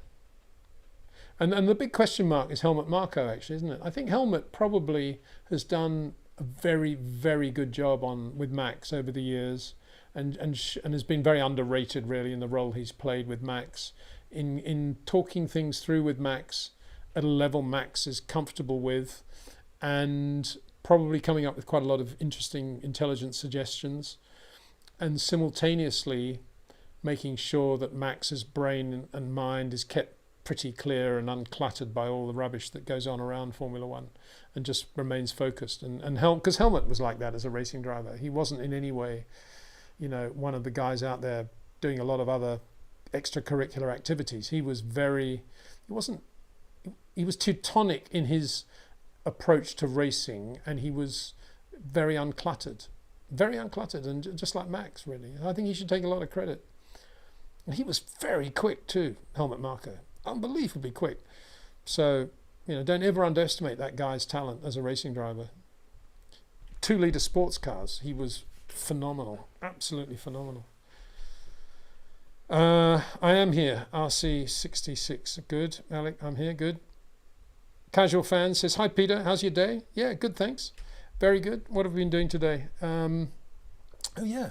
Bought a new car today. The first thing we did was we went to the range, did our usual work. This time we were focusing on mid-irons and bunker shots with a steep exit and with the pin very near the bunker. Not an easy thing, so we did all that. That was good. Then we drove down. I bought my new car. I bought a Hyundai i20N, which I'm really looking forward to getting, actually. The last of the hot hatches. Sorry, petrol guzzling hot hatches. I shouldn't be admitting this at all, but I just think, wow, what a cool car. H-pattern, lovely gearbox. It's got the blip thing. I just feel that, and I'm not in any way passing judgment on anybody else. I just feel that I always feel as a driver that I need to keep my hand in terms of gear changing, heel and towing, and doing all those things that most cars today, you don't even think about it. But I love that idea of having all that. And it's got a great exhaust note, and it's a quick little car. It's the sort of car Colin Chapman would think, wow, what's that? What are those red calipers all about? Yeah, good car. So I'm looking forward to that. And then what did we do? Then it was the usual old boring stuff, gym, sim, And now here we are. So there we go. Faro Gamma. Ferrari bought Hamilton to add maturity and experience to the team. Leclerc is emotional, as you've stated. Addition of Hamilton, a good decision for Ferrari? ? Hamilton moved from Mercedes to Ferrari, a good decision? ? Well, I think from Lewis's point of view, it's a very good decision. That cannot in any way be denied. If you were Lewis Hamilton and you were given that offer, you would take it. You might even have taken it for less money than Lewis had, has been offered. But anyway, you've taken it, and you'd be very happy with life right now. You can't blame him at all. If you're Ferrari and you've got Charles Leclerc and Carlos Sainz, would you think, we've got to break this team up? Sainz is this or Sainz is that. We've got to get a much more experienced driver. What you're saying is because Charles is quite emotional, they might be thinking he's quite emotional, therefore we need to get a really experienced driver who's not emotional and can really keep an even keel. Let's get Lewis Hamilton to help Charles. Yeah, maybe you'll see Lewis, how's he going to chime off Lewis? How is Charles actually going to chime off Lewis? Because if Lewis is quicker at any given moment, he's going to be happy and a big smile on his face, which isn't going to please Charles. And if Lewis is slower, he's not going to be showing emotional control in the way that it might be beneficial to Charles. He'll just be slower, thinking, oh, well, I'm new to the team, I haven't got the car quite right, I'm still loving where I am, I'm not going to have any histrionics here, I'm new, why would I throw the toys out of the pram, I'll just be Lewis Hamilton. So I can't actually see how Charles would learn any emotional discipline from Lewis. As I've just said, whether Lewis is quicker or slower, I don't see how that would work. We as fans might think to ourselves, oh, look at the way Lewis is compared with Charles. But is Charles going to respond to that? I don't think so. And bear in mind, the two drivers that were involved in collisions in Barcelona were Charles Leclerc and Lewis Hamilton in free practice with other cars. What was that all about? So anyway, I think, long and short, if I was Freddie Vasseur, I would not have replaced Carlos Sainz. I would have kept him because I think they've got a very good driver pairing at Ferrari. Carlos is quick enough to do the job in any number of ways. He's a very different driver to Charles, which is a very good thing from the engineering point of view of the car, because you've got the two extremes of how you drive racing cars well. Whereas Lewis is much more of a Charles type driver, so the car and all the input and everything else will be okay, it'll be good in that area, but you won't then have the other side of the coin, which you get from Carlos Sainz.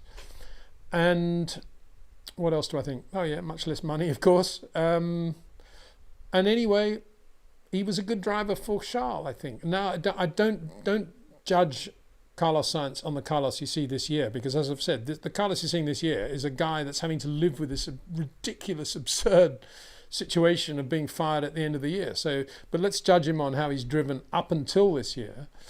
And he's done a pretty good job alongside Charles Leclerc. And I would still have said, and I still say now, that if Ferrari produce a car capable of winning the World Championship, i.e. consistently winning races, maybe 50% of the races, which you'd have to do to win a World Championship, then I think Carlos would play a very, very strong role in not enabling, but which would result in Charles winning the championship. And I think that would have happened. It probably will happen still with Lewis, but why break up the relationship for that reason? For what reason, actually? I don't know. It can only be marketing, really, that they think they need this Lewis Hamilton cachet. Because as much as I'm happy for Lewis to be going to Ferrari, and as much as I know it'll work well for him at this stage of his career, I can't see how he's going to do a much better job than Carlos Sainz. Bearing in mind, Carlos Sainz wins races for Ferrari. Is Lewis going to do a better job than Carlos did at Singapore last year or in Melbourne this year? Hard to imagine. He might, I suppose, but unlikely. So yeah, all very strange, and I feel very unnerved by that whole business of Lewis going there. Again, to repeat my point, if I was Lewis, I would have taken that opportunity straight away. No surprise there at all. But I'm surprised that Ferrari are doing what they're doing with the driver lineup. Polish Eddie. I love how they want to blame Max when it's obviously the overpriced tickets. Formula One is really exciting now. Oh, see, so some people are blaming, or Lewis is blaming Max, saying, oh, Max has made Formula One so boring that nobody wants to come to the British Grand Prix anymore.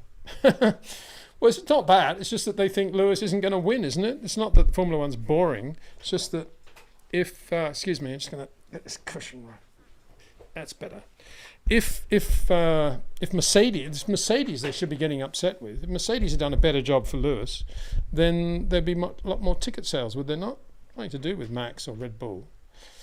So anybody saying that has absolutely no clue about racing at all. But anyway, Polish Eddie, thank you for pointing that out. And as a result, the tickets are overpriced because they're not selling enough. Is that what they're saying? Or they've sold so many that they can afford to charge treble for the last few because they know they're all going to go. I don't know. Who knows? Blaze X1, Blaze 11. Lewis and Max so visibly turning into corners so much earlier than George and Lando. When it's something so obvious, how do they not pick up or at least investigate into why they do so? Thanks. Well, I don't know. Because, I was chatting to Lando, was it Singapore last year? I think it was, walking into the pit lane with him. And we were talking about the Mercs And he was saying, oh yeah, they got much better turn-in than we have, or something. No, what did he say? They can go in much deeper, much later. That's right. He said they can go into the corners much later than we can. Yet they've got a great front end. I said, but surely, I said, you know, he was about to leave and go to talk to somebody else. But I said, but surely you don't want to go in later. You want to go in earlier, don't you? And he looked at me and said, well, what do you mean? And he left. And so, in answer to your question, I don't think they do think about it. I don't think there's a single engineer in the pit lane that actually knows that Jim Clark habitually shortened his corners, or that Nigel Mansell did and Ayrton Senna didn't, or that Alan Prost did and that Max Verstappen does and Lewis Hamilton does and Charles Leclerc does. I don't think they know that. I think they're so focused on data, and then they just think, oh, try and turn in a bit later or turn in a bit earlier, just looking at tire temperatures or whatever it is they're looking at, thinking that these are tiny little details that you can just change like a jigsaw piece and put it into the puzzle. And as you are implying, they're completely wrong, because it is a style that you're ingrained with, and you could see it. You're absolutely right. You could see it with Lando, and you could see it with George versus Lewis. And how anybody can say Lewis doesn't shorten his corners, have an early turn in, is completely beyond me, because they just need to rerun the Spanish Grand Prix if they haven't seen that now. But yeah, it's right. And Oscar, I'm a bit confused by Oscar, because I don't really understand why he hasn't been that good in recent races and why he was so poor in qualifying in Barcelona. Although, as I said, they did replace the front floor, so maybe he just had floor damage. And he drove about as well as he would have driven, I guess, in the race. In terms of pace, had he qualified quite well, and he might have been right up there. So, but he's definitely got earlier corners than Lando, and you wonder whether, as I've speculated, does Lando look at that and think, I've got to do a bit more work on my driving, actually, because in a year or two I'm going to be really struggling to beat this guy, or does he think, Oscar's got it all wrong? Look how early he's turning in. I have no idea. As a guy, it's not a question you can ask them anymore, because they don't understand what you're talking about anyway, I've found. So it is obvious to us. But then, don't forget, all the people in the pit lane, in the teams, they're not really watching what we're watching. They're looking at data, and they're listening to the radio all the time, and they're totally distracted by lots of other extraneous stuff and not what is actually happening. And that's true. They're not out on the circuit, and they're not looking at, and they may, and then again, they may notice it, but they may think it's to do with line only, not to do with the management of the dynamic weight. That's the other problem. It's not actually line as such. It's just that if you manage the weight so well as Max does, why wouldn't you shorten the corner? It's just a logical thing to do. Why wouldn't you want to reduce the amount of time you spend turning the wheel when the straights are what being quick is all about? And so you do get engineers saying, try a wider line here, or apex here, or whatever. What apex? I mean, Max's apex within a millimetre or two for sure is different every lap based on what he's feeling through the car, and that's the rotation point that he's going for. It's not a geometric apex that he's always hitting. It's different. It's always different. With all great drivers, it's always different. But I'm not sure, again, that the engineers see this or think this. And I made the point that Oscar spent a few laps behind Leclerc at Monaco I think it was on Friday. And I think that was to his benefit. It's more difficult around circuits like Barcelona, because they do so many laps there, and there are a few corners there that are line locked, a bit like the last corner, for example. But where a driver like Lewis will be very good, or Max will be very good, will be out of 2 into 3. Not necessarily turn into 4. I mean, they will be earlier, but it won't necessarily be a huge advantage to them. But out of 2 into 3, not loading the car so much on the exit of 2, and then not loading the left rear so much on the approach to 3. That was the big difference between Max and Perez, I thought, on the lap, really. There were other places, but that was the biggest difference. Scott Free Love, another good name. What's going on with Ferrari? ? Have they really fallen by the wayside? ? No, they'll be back. They won't be this bad. Let's think Austria. I mean, Austria's not really a particularly difficult Grand Prix circuit, is it? It's a bit rough and ready. It's a sprint race weekend, so anything can happen. Track limits, you could luck into a pole even if you're not the quickest guy because of track limits or something like that. And then, you know, you win the sprint race and Bob's your uncle. I'm not saying that Red Bull won't be thinking in those terms. They'll be thinking of Austria being a different sort of circuit to do with the sprint race and curbs and all the annoying things that, all the variables that come into play, as distinct from just being purely quick on the lap. And so, yeah, Ferrari will be back. They probably won't be very good at Silverstone, I wouldn't have thought. But Hungary, yeah, they'll be all right. Hungary, it should be. Baku might be okay. Yeah, they'll be back. Don't write them off yet.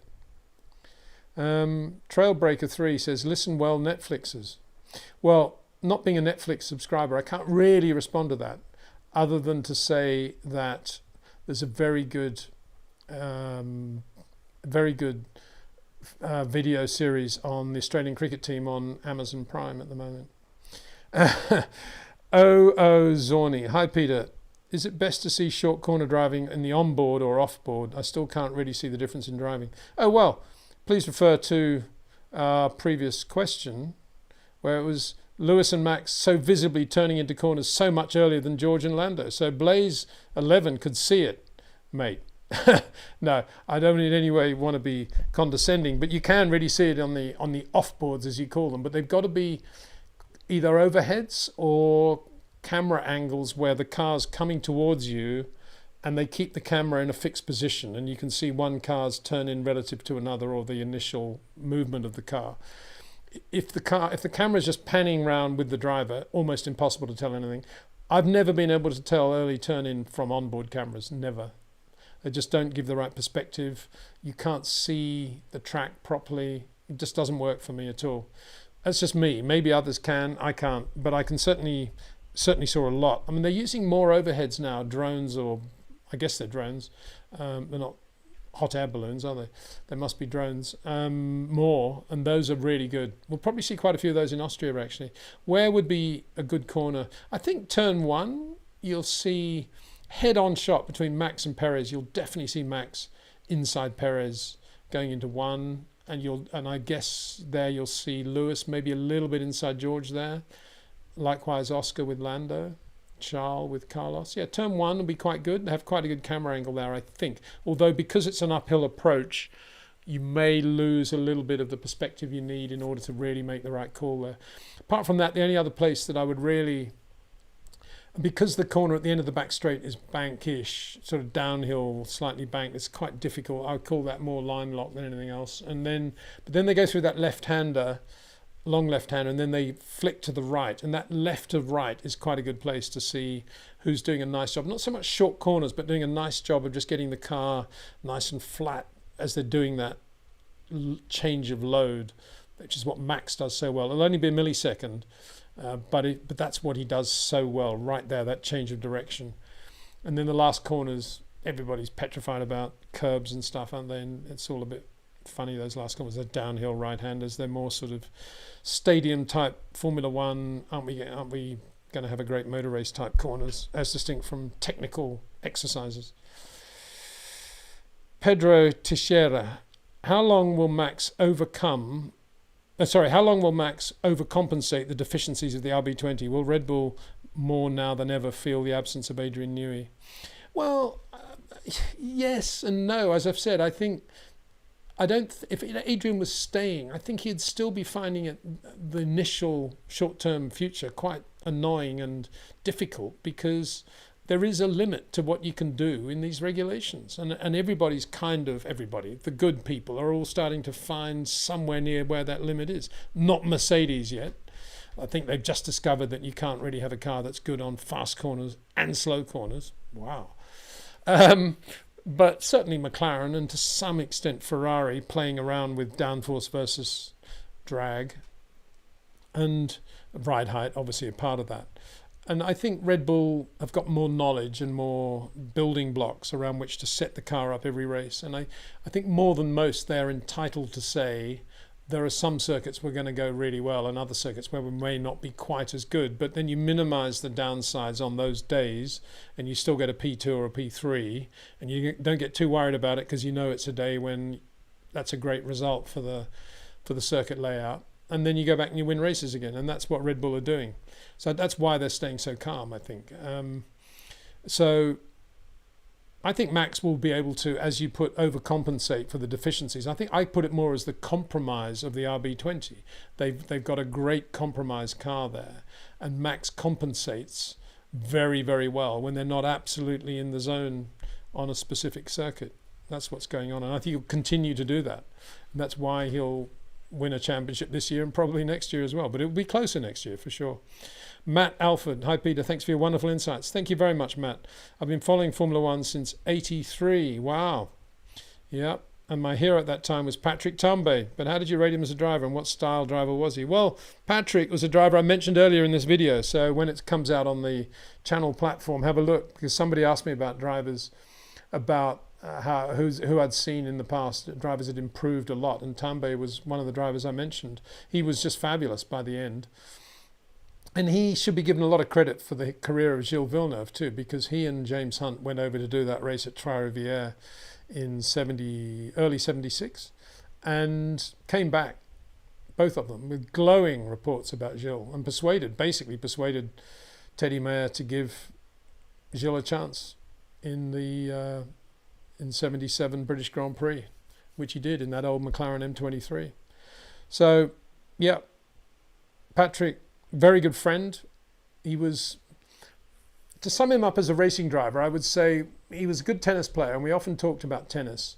I used to play tennis with him quite a lot, and he used to say how much he preferred being at the net and volleying than he did, baseline play. And I said, oh, you're a bit like that as a racing driver. And he said, yeah, absolutely. I love it when it's boom, boom, boom, boom. And that's how Patrick was. He was quite reflexy, quite spiky in the way he drove. Very, put away volley. Love those moments. But I think he mellowed out by the time he was in Gilles' car at Ferrari. I think he was more able to pick up the half volley at the net and get it over with a bit of backspin. And that was just all credit to Patrick that he did that, and he worked hard at his driving.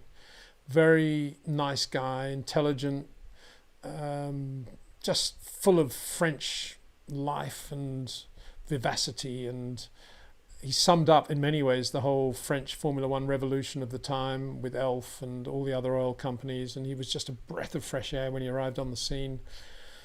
Lived in Cannes, his exotic wife Dana from Hawaii. Sadly they separated, but just a fabulous guy. Very good English, sort of slightly American English accent he had, and he was very good to Gilles. Gilles lived in his apartment at Cannes when he first came over to Europe, and they were always good friends. And for Patrick to step up into Ferrari number 27 after we lost Gilles, and to drive as well as he did with the emotion of being in Gilles' car, I still think it's one of the greatest sporting achievements I've seen in any sport. I think it just brings tears to my eyes when I think about it, particularly the win at Imola. Just wonderful. And I went to see him not long before he passed away, and he was still full of life. He'd done a bit of work with not politics, he was kind of close to being the mayor of Cannes, and he'd done a bit of organisational work, and he was quite fired up about the Red Bull air race that he was trying to get to come to Cannes and all that. And I followed him in a road car to lunch, which we had with Claude Legazek actually from, was it Claude Legazek? I think it was. To a lovely restaurant, and he was still quick. He still drove really well. Very quick. So yeah, a lot of time for Patrick Tambay. He was kind of bemused when he got to McLaren. He was really talked down by James Hunt, actually. James was not very kind to him. James was quite a difficult guy to have in the other car, and he was very good at putting down the other driver. And Patrick was quite sensitive to that, and it hurt him quite a lot. It hurt him in terms of his results and the way he drove in his career quite a lot. And he was quite despondent in those years. But, he was always a good bloke, and you could ring him up any time, and very athletic. very good looking guy, you know, cool guy. He's up there with Francois Sever in terms of being one of these sort of just what a Grand Prix driver could look like and should look like. Fonzie says, buy Dexter a bone, then your cables will keep alive. Well, you're almost on the knuckle there, Fonzie, because actually what I got him was one of those helado for dogs they have in Spain, which you put in the freezer. They're literally, you freeze them, they're like ice creams, and they come in an ice cream packet, but inside is this lovely thing that he loves. And whenever I go to the freezer and he hears my hand going in to get, he just looks up and sits right next to me waiting. So I gave him one of those just before the show in the hope that he would be calm, and he is. He's absolutely. Let's just have a look. See if I can. Probably tempting fate in doing this, but can everybody sort of see there? That's the cable he's lying on. There you go. Dexter. Hello. There he is. He's absolutely wonderful dog, amazing dog. He. You know, I think he's actually more into oversteer than understeer when it comes to what he enjoys in the back of the car. When we're understeering a bit, he sort of stands up and tries to get his balance. With oversteer, he just sort of stays in the back and just goes from side to side when we've got the back end out.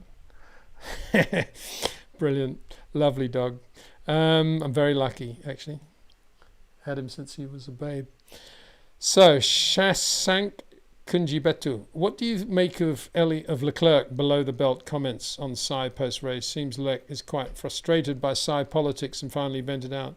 Well, I put that under the heading of being a bit too emotional, and I'm disappointed that Fred hasn't got on top of that, because if you decide to sack a driver like Sainz and keep him for the year nonetheless, and still give him a car as good as Leclerc's, what do you think's going to happen? You know, they're not going to be best of buddies. They're not going to say, oh, they're wonderful. Isn't he wonderful, Leclerc? I can't imagine Carlos Sainz saying, oh, Charles drove brilliantly. I just so hope I didn't take any time away from his race. And I can't imagine Leclerc saying, oh, Carlos was good. I can't imagine why they're getting rid of him.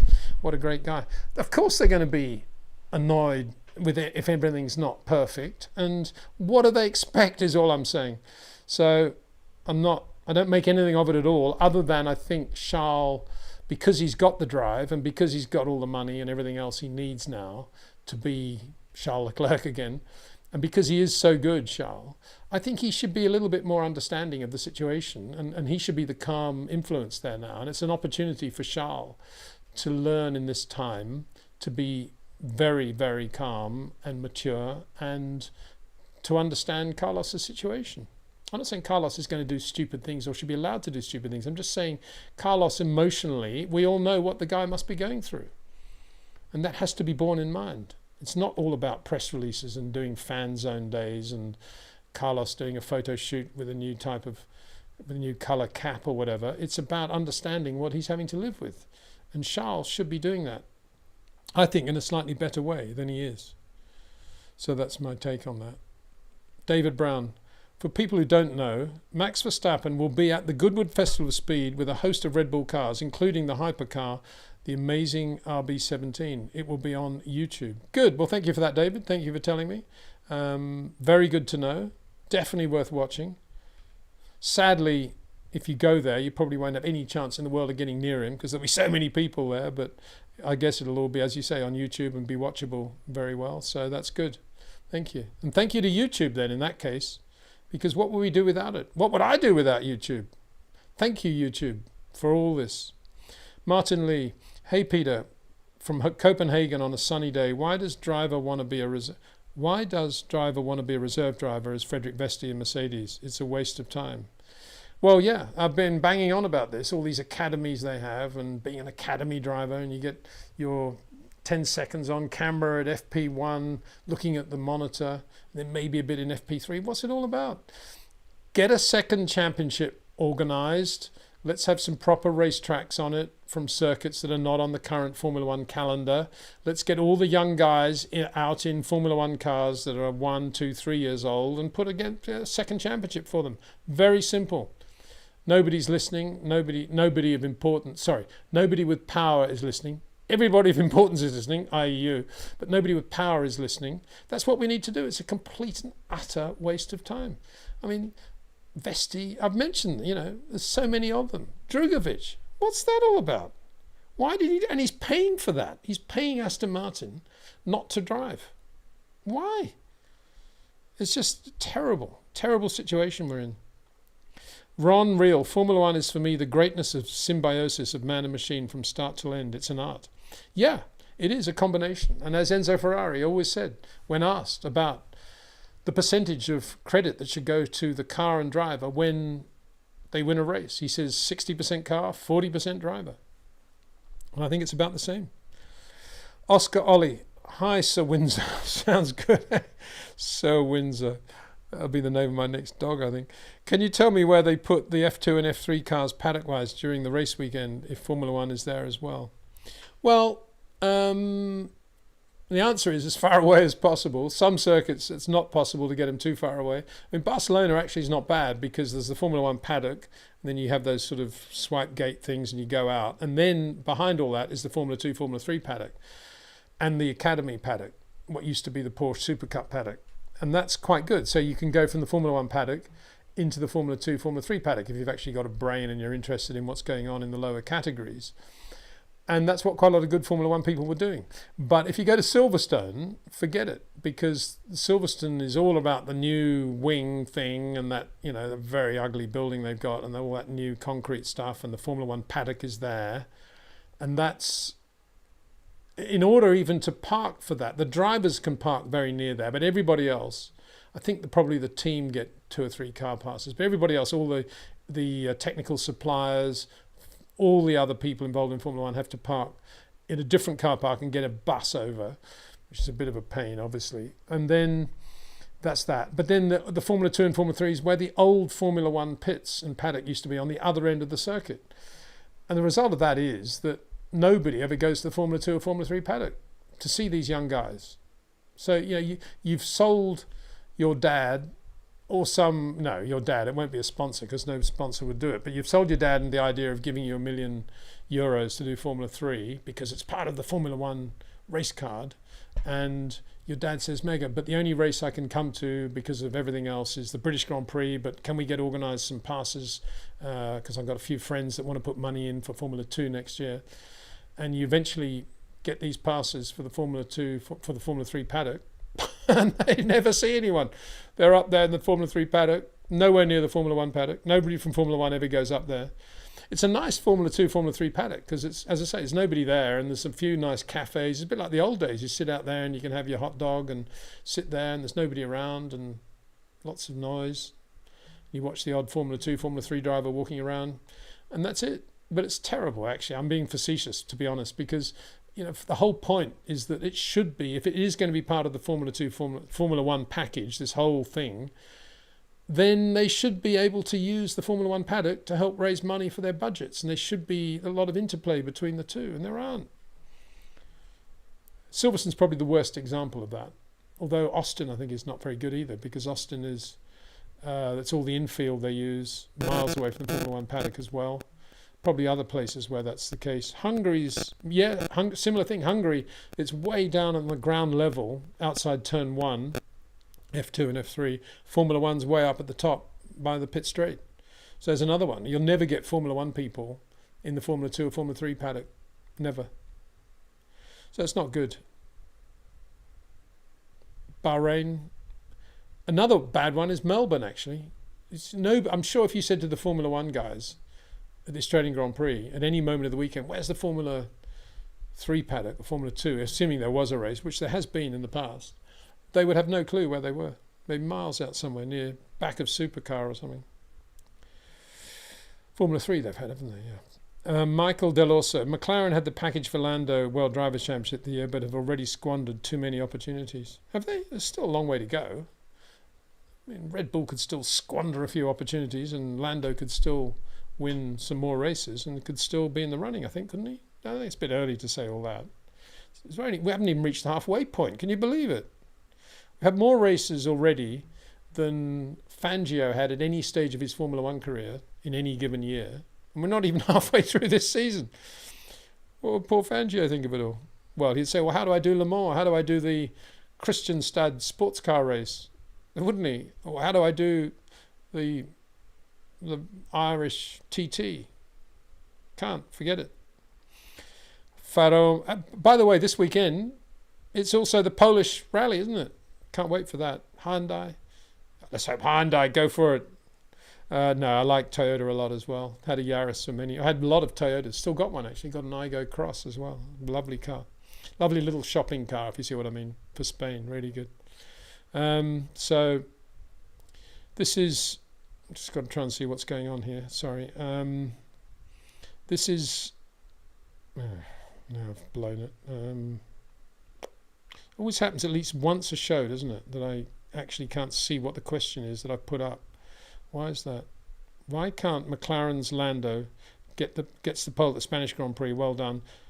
Why can't McLaren's Lando screw up the start? Too concentrated on Max. Lets Mercedes George Russell through on the outside. Outstanding overtake. Yeah, well, all of these things are true. So it's a difficult thing. It's a good first corner, that, isn't it? It's a good braking area. Lots of great moments there, going back to Nigel versus Senna, 91. But yeah, it's amazing, wasn't it? Because he not only was on the pole, the cleaner side of the grid, but he also had a new set of soft tyres, unlike Max, who's on a scrub set. And he still managed to blow it. And George was there, bow, around the outside. I understand that, kind of. You know, George thinking those two are going to be just concentrating on one another. Here's my chance. Very, very nice piece of opportune driving. But why? I mean, it's not the question of what he did in the first corner. It was, why was the car so slow? And I've watched it a few times, and his reactions are not bad at all. And it looks like the McLaren is just either has too much wheel spin, or there's something going on with the engine on acceleration there. So we're giving Lando the benefit of the doubt at the moment. We like Lando. Mike Ray. Hi, Peter. How come in Canada you said Lewis could not make a set of soft last 10 laps, yet in Spain he lasted 20 laps on softs? Different circuit. Completely different circuit, wasn't it? And different compounds as well. Very hard compound in Spain compared with Canada. So, I mean, that's not a direct comparison because a lot of other things, ambient and everything else. But, yeah, it was that, really. Did I say Lewis couldn't make a set of soft last 10 laps? I probably did. I was probably referring more to Mercedes graining the tyres and then going off much sooner than they did on the Red Bull or the McLaren. But in Spain, it was a different story because it was a completely different range of tyres and different track surface completely. And anyway, I think the Mercedes was a better car in Spain. It was a bit of an artificial thing in Canada with all that, you know, there's last minute changes of tyres and the 10-lap thing, the safety car. Spain, no safety car, more of a difficult race, therefore, in terms of getting everything absolutely right with strategy. And Lewis was good relative to George. Well, he was good relative to George most of the time. And he got the advantage over George because George was on hard tyres at the end, and they put him on a different strategy halfway through the race. So it wasn't a direct comparison there either. But yeah, I mean, anyone's going to manage tyres well, it's going to be Lewis Hamilton, so please don't get the wrong impression there. Harsh Care. Hey Peter, do you think Sainz's selfishness is one of the reasons he lost his Ferrari seat? He's shown multiple times he put himself above the team, Silverstone 2022. I don't think so. I think when 22, it was a different management, and he was still very much the key guy there. He was a guy chosen by Arriva Bene, whereas Charles wasn't. And so there was a lot of momentum around Carlos at Ferrari, and it was Charles who was getting quite nervous. Not nervous, he was just a bit sort of discombobulated by the weight of political massaging that was going in the direction of Carlos Sainz. And that's kind of gone away now, obviously. But at that time, I don't think Carlos was acting in any way selfishly. I think he was just being a normal racing driver, not more so than normal. And I think when Freddie Vasseur arrived, it was a different thing. I think he started to immediately shift the balance back to the middle and talk to Charles more about what Carlos wanted, who he wanted with him in his side of the garage and so forth. And there was less attention paid to Carlos. And then I think Freddie also had that thing about Lewis. He had worked with Lewis for so many years in Formula 3 and Formula 2 that he always had in his mind, wouldn't it be kind of cool to get him out of Mercedes into a Ferrari? And I don't think he thought that much about what, whether he should keep Carlos or not. It was more, shall we get Lewis? Let's see if we can get Lewis with Leclerc. What a combination.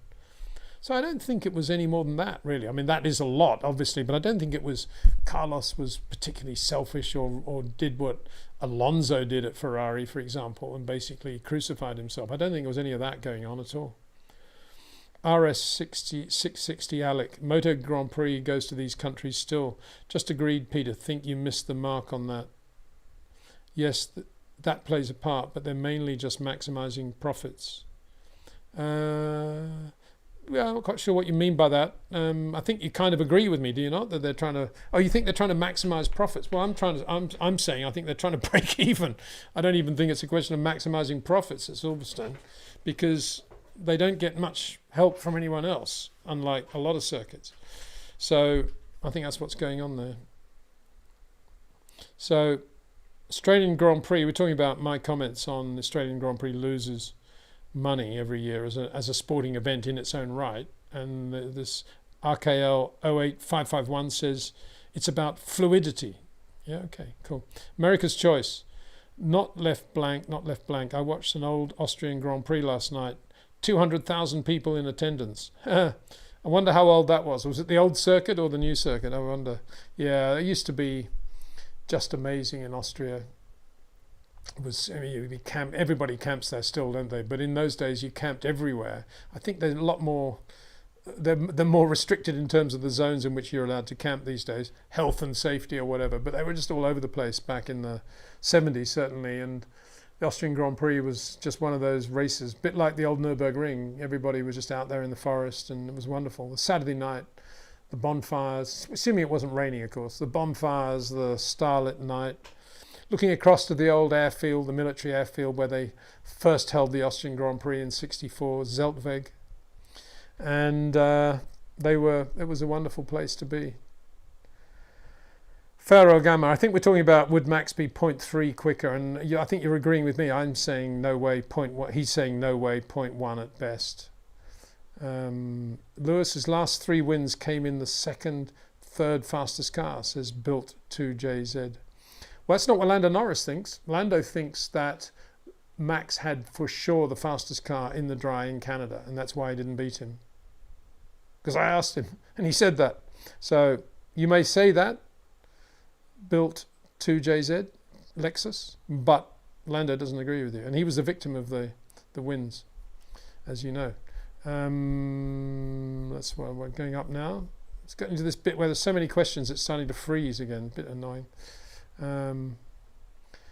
Erwin Greven says America's Choice, Max is not involved in any choice or the second driver. Oh, that's not true. He is, of course he is.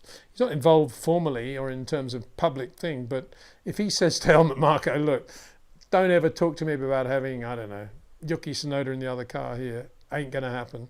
What do you think Marko's going to say? Don't you tell me who to sign, Max. Of course he's going to say, oh yeah, you're right there. And apologies to Yuki, I'm just plucking a name out of the sky because you're too quick, Yuki. So of course Max has a say in it. Of course he does. All great drivers have a say in who they want to have in the other car. More importantly, who they don't want to have in the other car. So there you go. Stephen, by T3, I mean T4 BTW. Okay, all right. T3, I mean T4, probably got Ferrari there, I think you're talking about. T3, T4, quite sure what that's all about.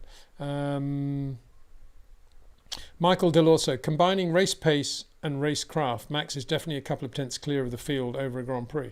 Well, he is in the Red Bull RB20, but would he be if he was in a Mercedes and George was in an RB20 or Lewis was in an RB20 or Charles was? I mean, it's difficult to say these things.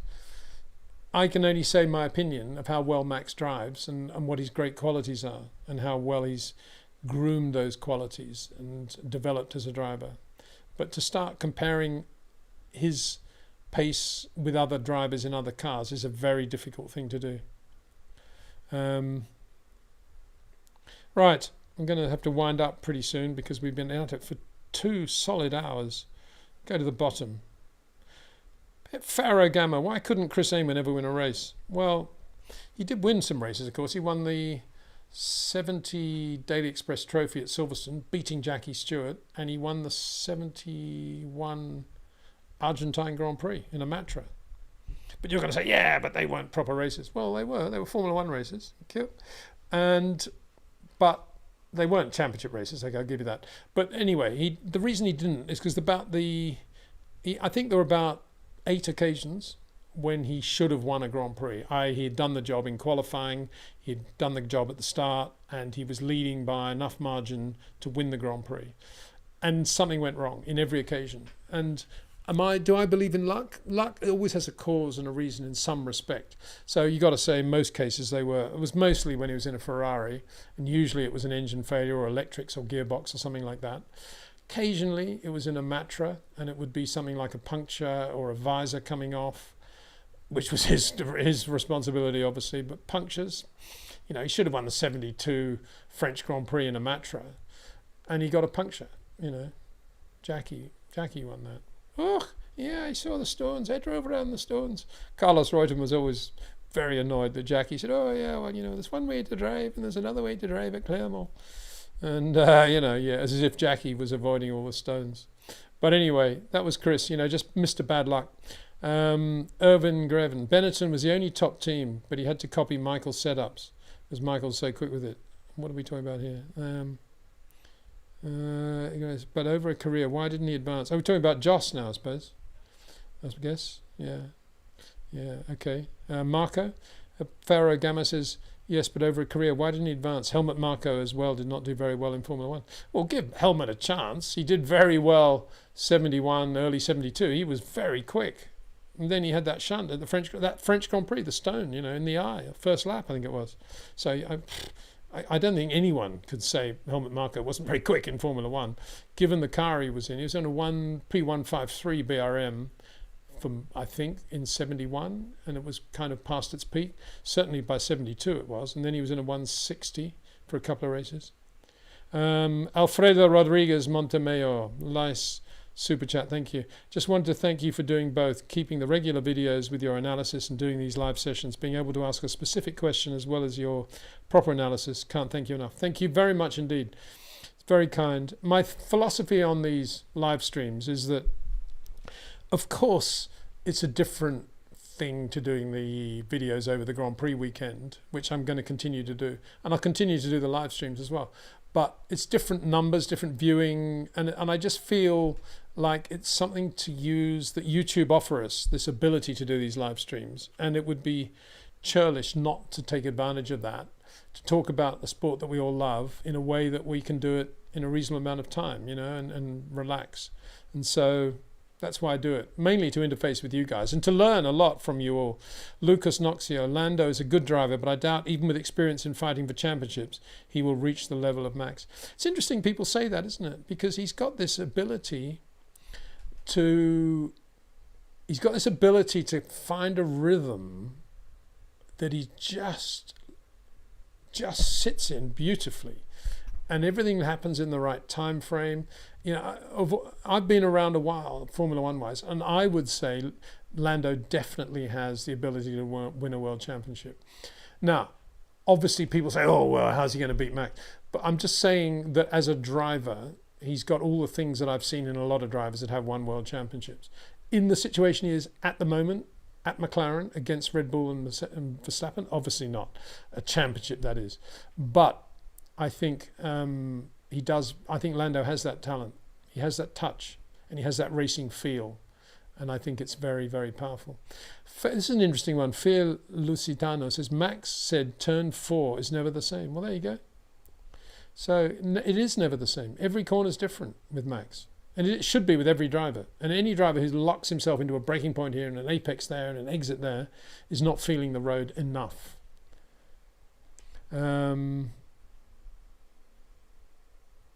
There you go, America's Choice. Lando did a bit at the start of Spain, pushed him onto the grass. Yeah, not the first driver to have done that. I think if you're Max and you're going down the inside there and you got Lando who just made a bad start, I think the reason Max handled that situation so well and didn't even back off was purely because he knew that Lando was going to do that and he was ready for it. You can't blame Lando, really. Lando knew he'd get away with it as well. It's pretty tough racing, that, actually. Somebody here, Darum, saying Lando is soft. I don't think he's that soft. I think you say that at your peril.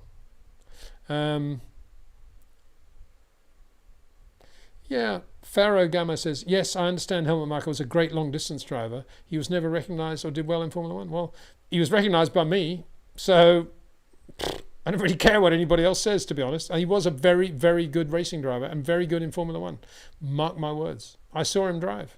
How many people can say they saw Marko in Formula 1? I did, and he was good. Every time I saw him, I thought, this guy's good. Very good.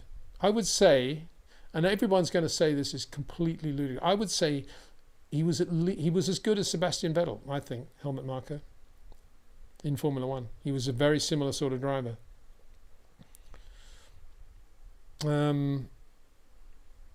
Resigned to failure asks in the super chat, hi Peter, what do you make of Oscar's second season? ? Unimpressive? ? And you're called resigned to failure. That's all a bit too much, isn't it? I don't know. I was looking at Oscar in Spain, watching him, and I'm still very impressed with him. He seems to be completely unaffected by it all. He just keeps it same sort of Frank Gardner-like, laconic Aussie approach to everything, which is very good. And he's got these short corners, which are very good. But there's something there it's like he's got a stone in the cog of the wheel of the bicycle or something. It's just, I wonder, I'm only just thinking as I speak, that I wonder whether he's got this feel for short corners. And I wonder whether there's a sort of barrier between him and executing them the way he wants to really drive and what the engineers are telling him based on what Lando's doing, and it's all becoming a bit mixed up. And I wonder whether it's all part of the engineers not really embracing the fact that Oscar has shorter corners than Lando Norris, and they're using Lando as a sort of yardstick around which Oscar should do everything, as distinct from doing it the way Oscar knows he can drive. And maybe there's some confusion in that, and Oscar's being sufficiently young and reticent not to question that, but he's getting a bit more confused as a result. And I don't think because Mark wasn't a short corner driver, I'm not sure Mark would have much to do with that either. And Oscar's made a point of saying, I never really talked to Mark about driving anyway. So I wonder whether it's that. I'm just sheer speculation.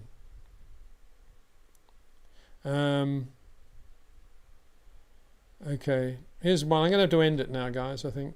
Alexander Moore, last question. Hi, Peter. Who do you see as the most... well, I'm going to look to see if there's any super chats I've missed. But who do you see as the most promising junior future Formula One driver?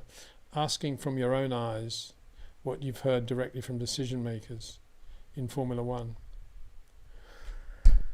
Well, from decision makers in Formula One, you've got to say, obviously, Toto Wolff's total belief in Kimi Antonelli.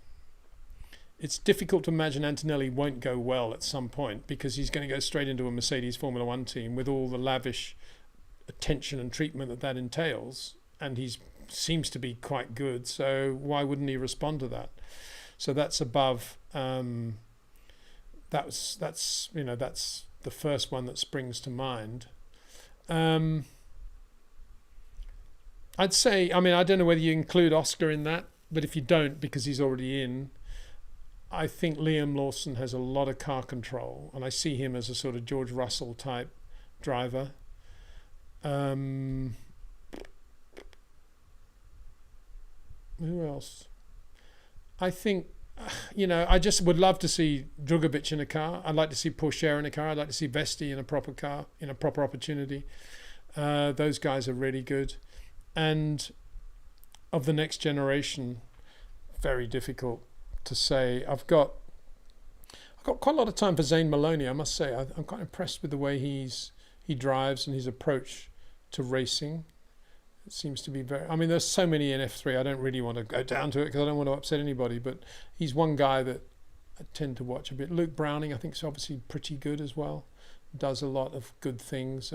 Poe last year was great for him, and he looks like he's trying to win a championship, as distinct from just win lots of races in Formula 3. Meany's good. Had a bit of a chat to him at Monaco. Good guy, good head on his shoulders. I don't know, so many out there. As many as I mentioned, there'll be many that I haven't mentioned that I'll think after that we've gone live, I'll think, oh, I should have mentioned him, so I'm not going to say any more. There's a lot out there. Mick Schumacher, as I said before earlier in this video, I think if he came back now, I think he'd do a very, very good job.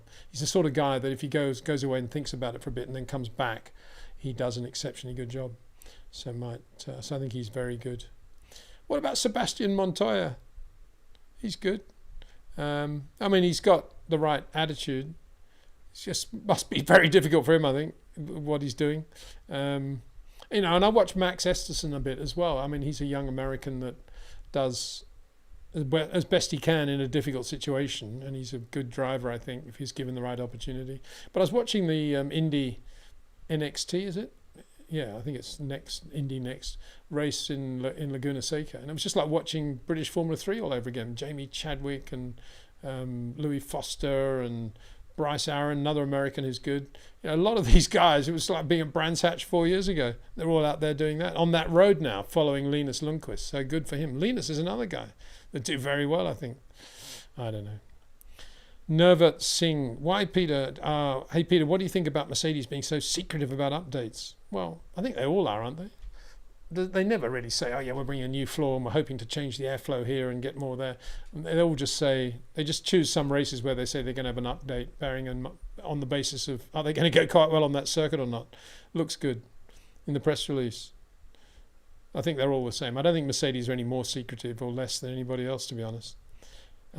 So there you go. Trail Break finishes with this famous thing saying Scott Speed.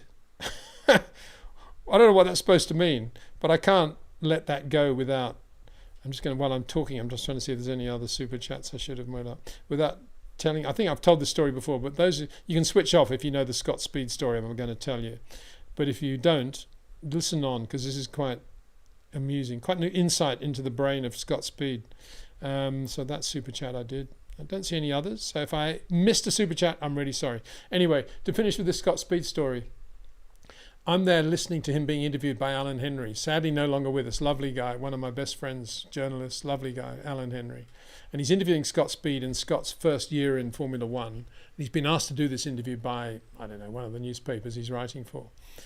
And I get that back end of the interview, and he's saying to Scott, so Scott, just a few general questions, just to fire a few questions like your favourite movie, favourite food.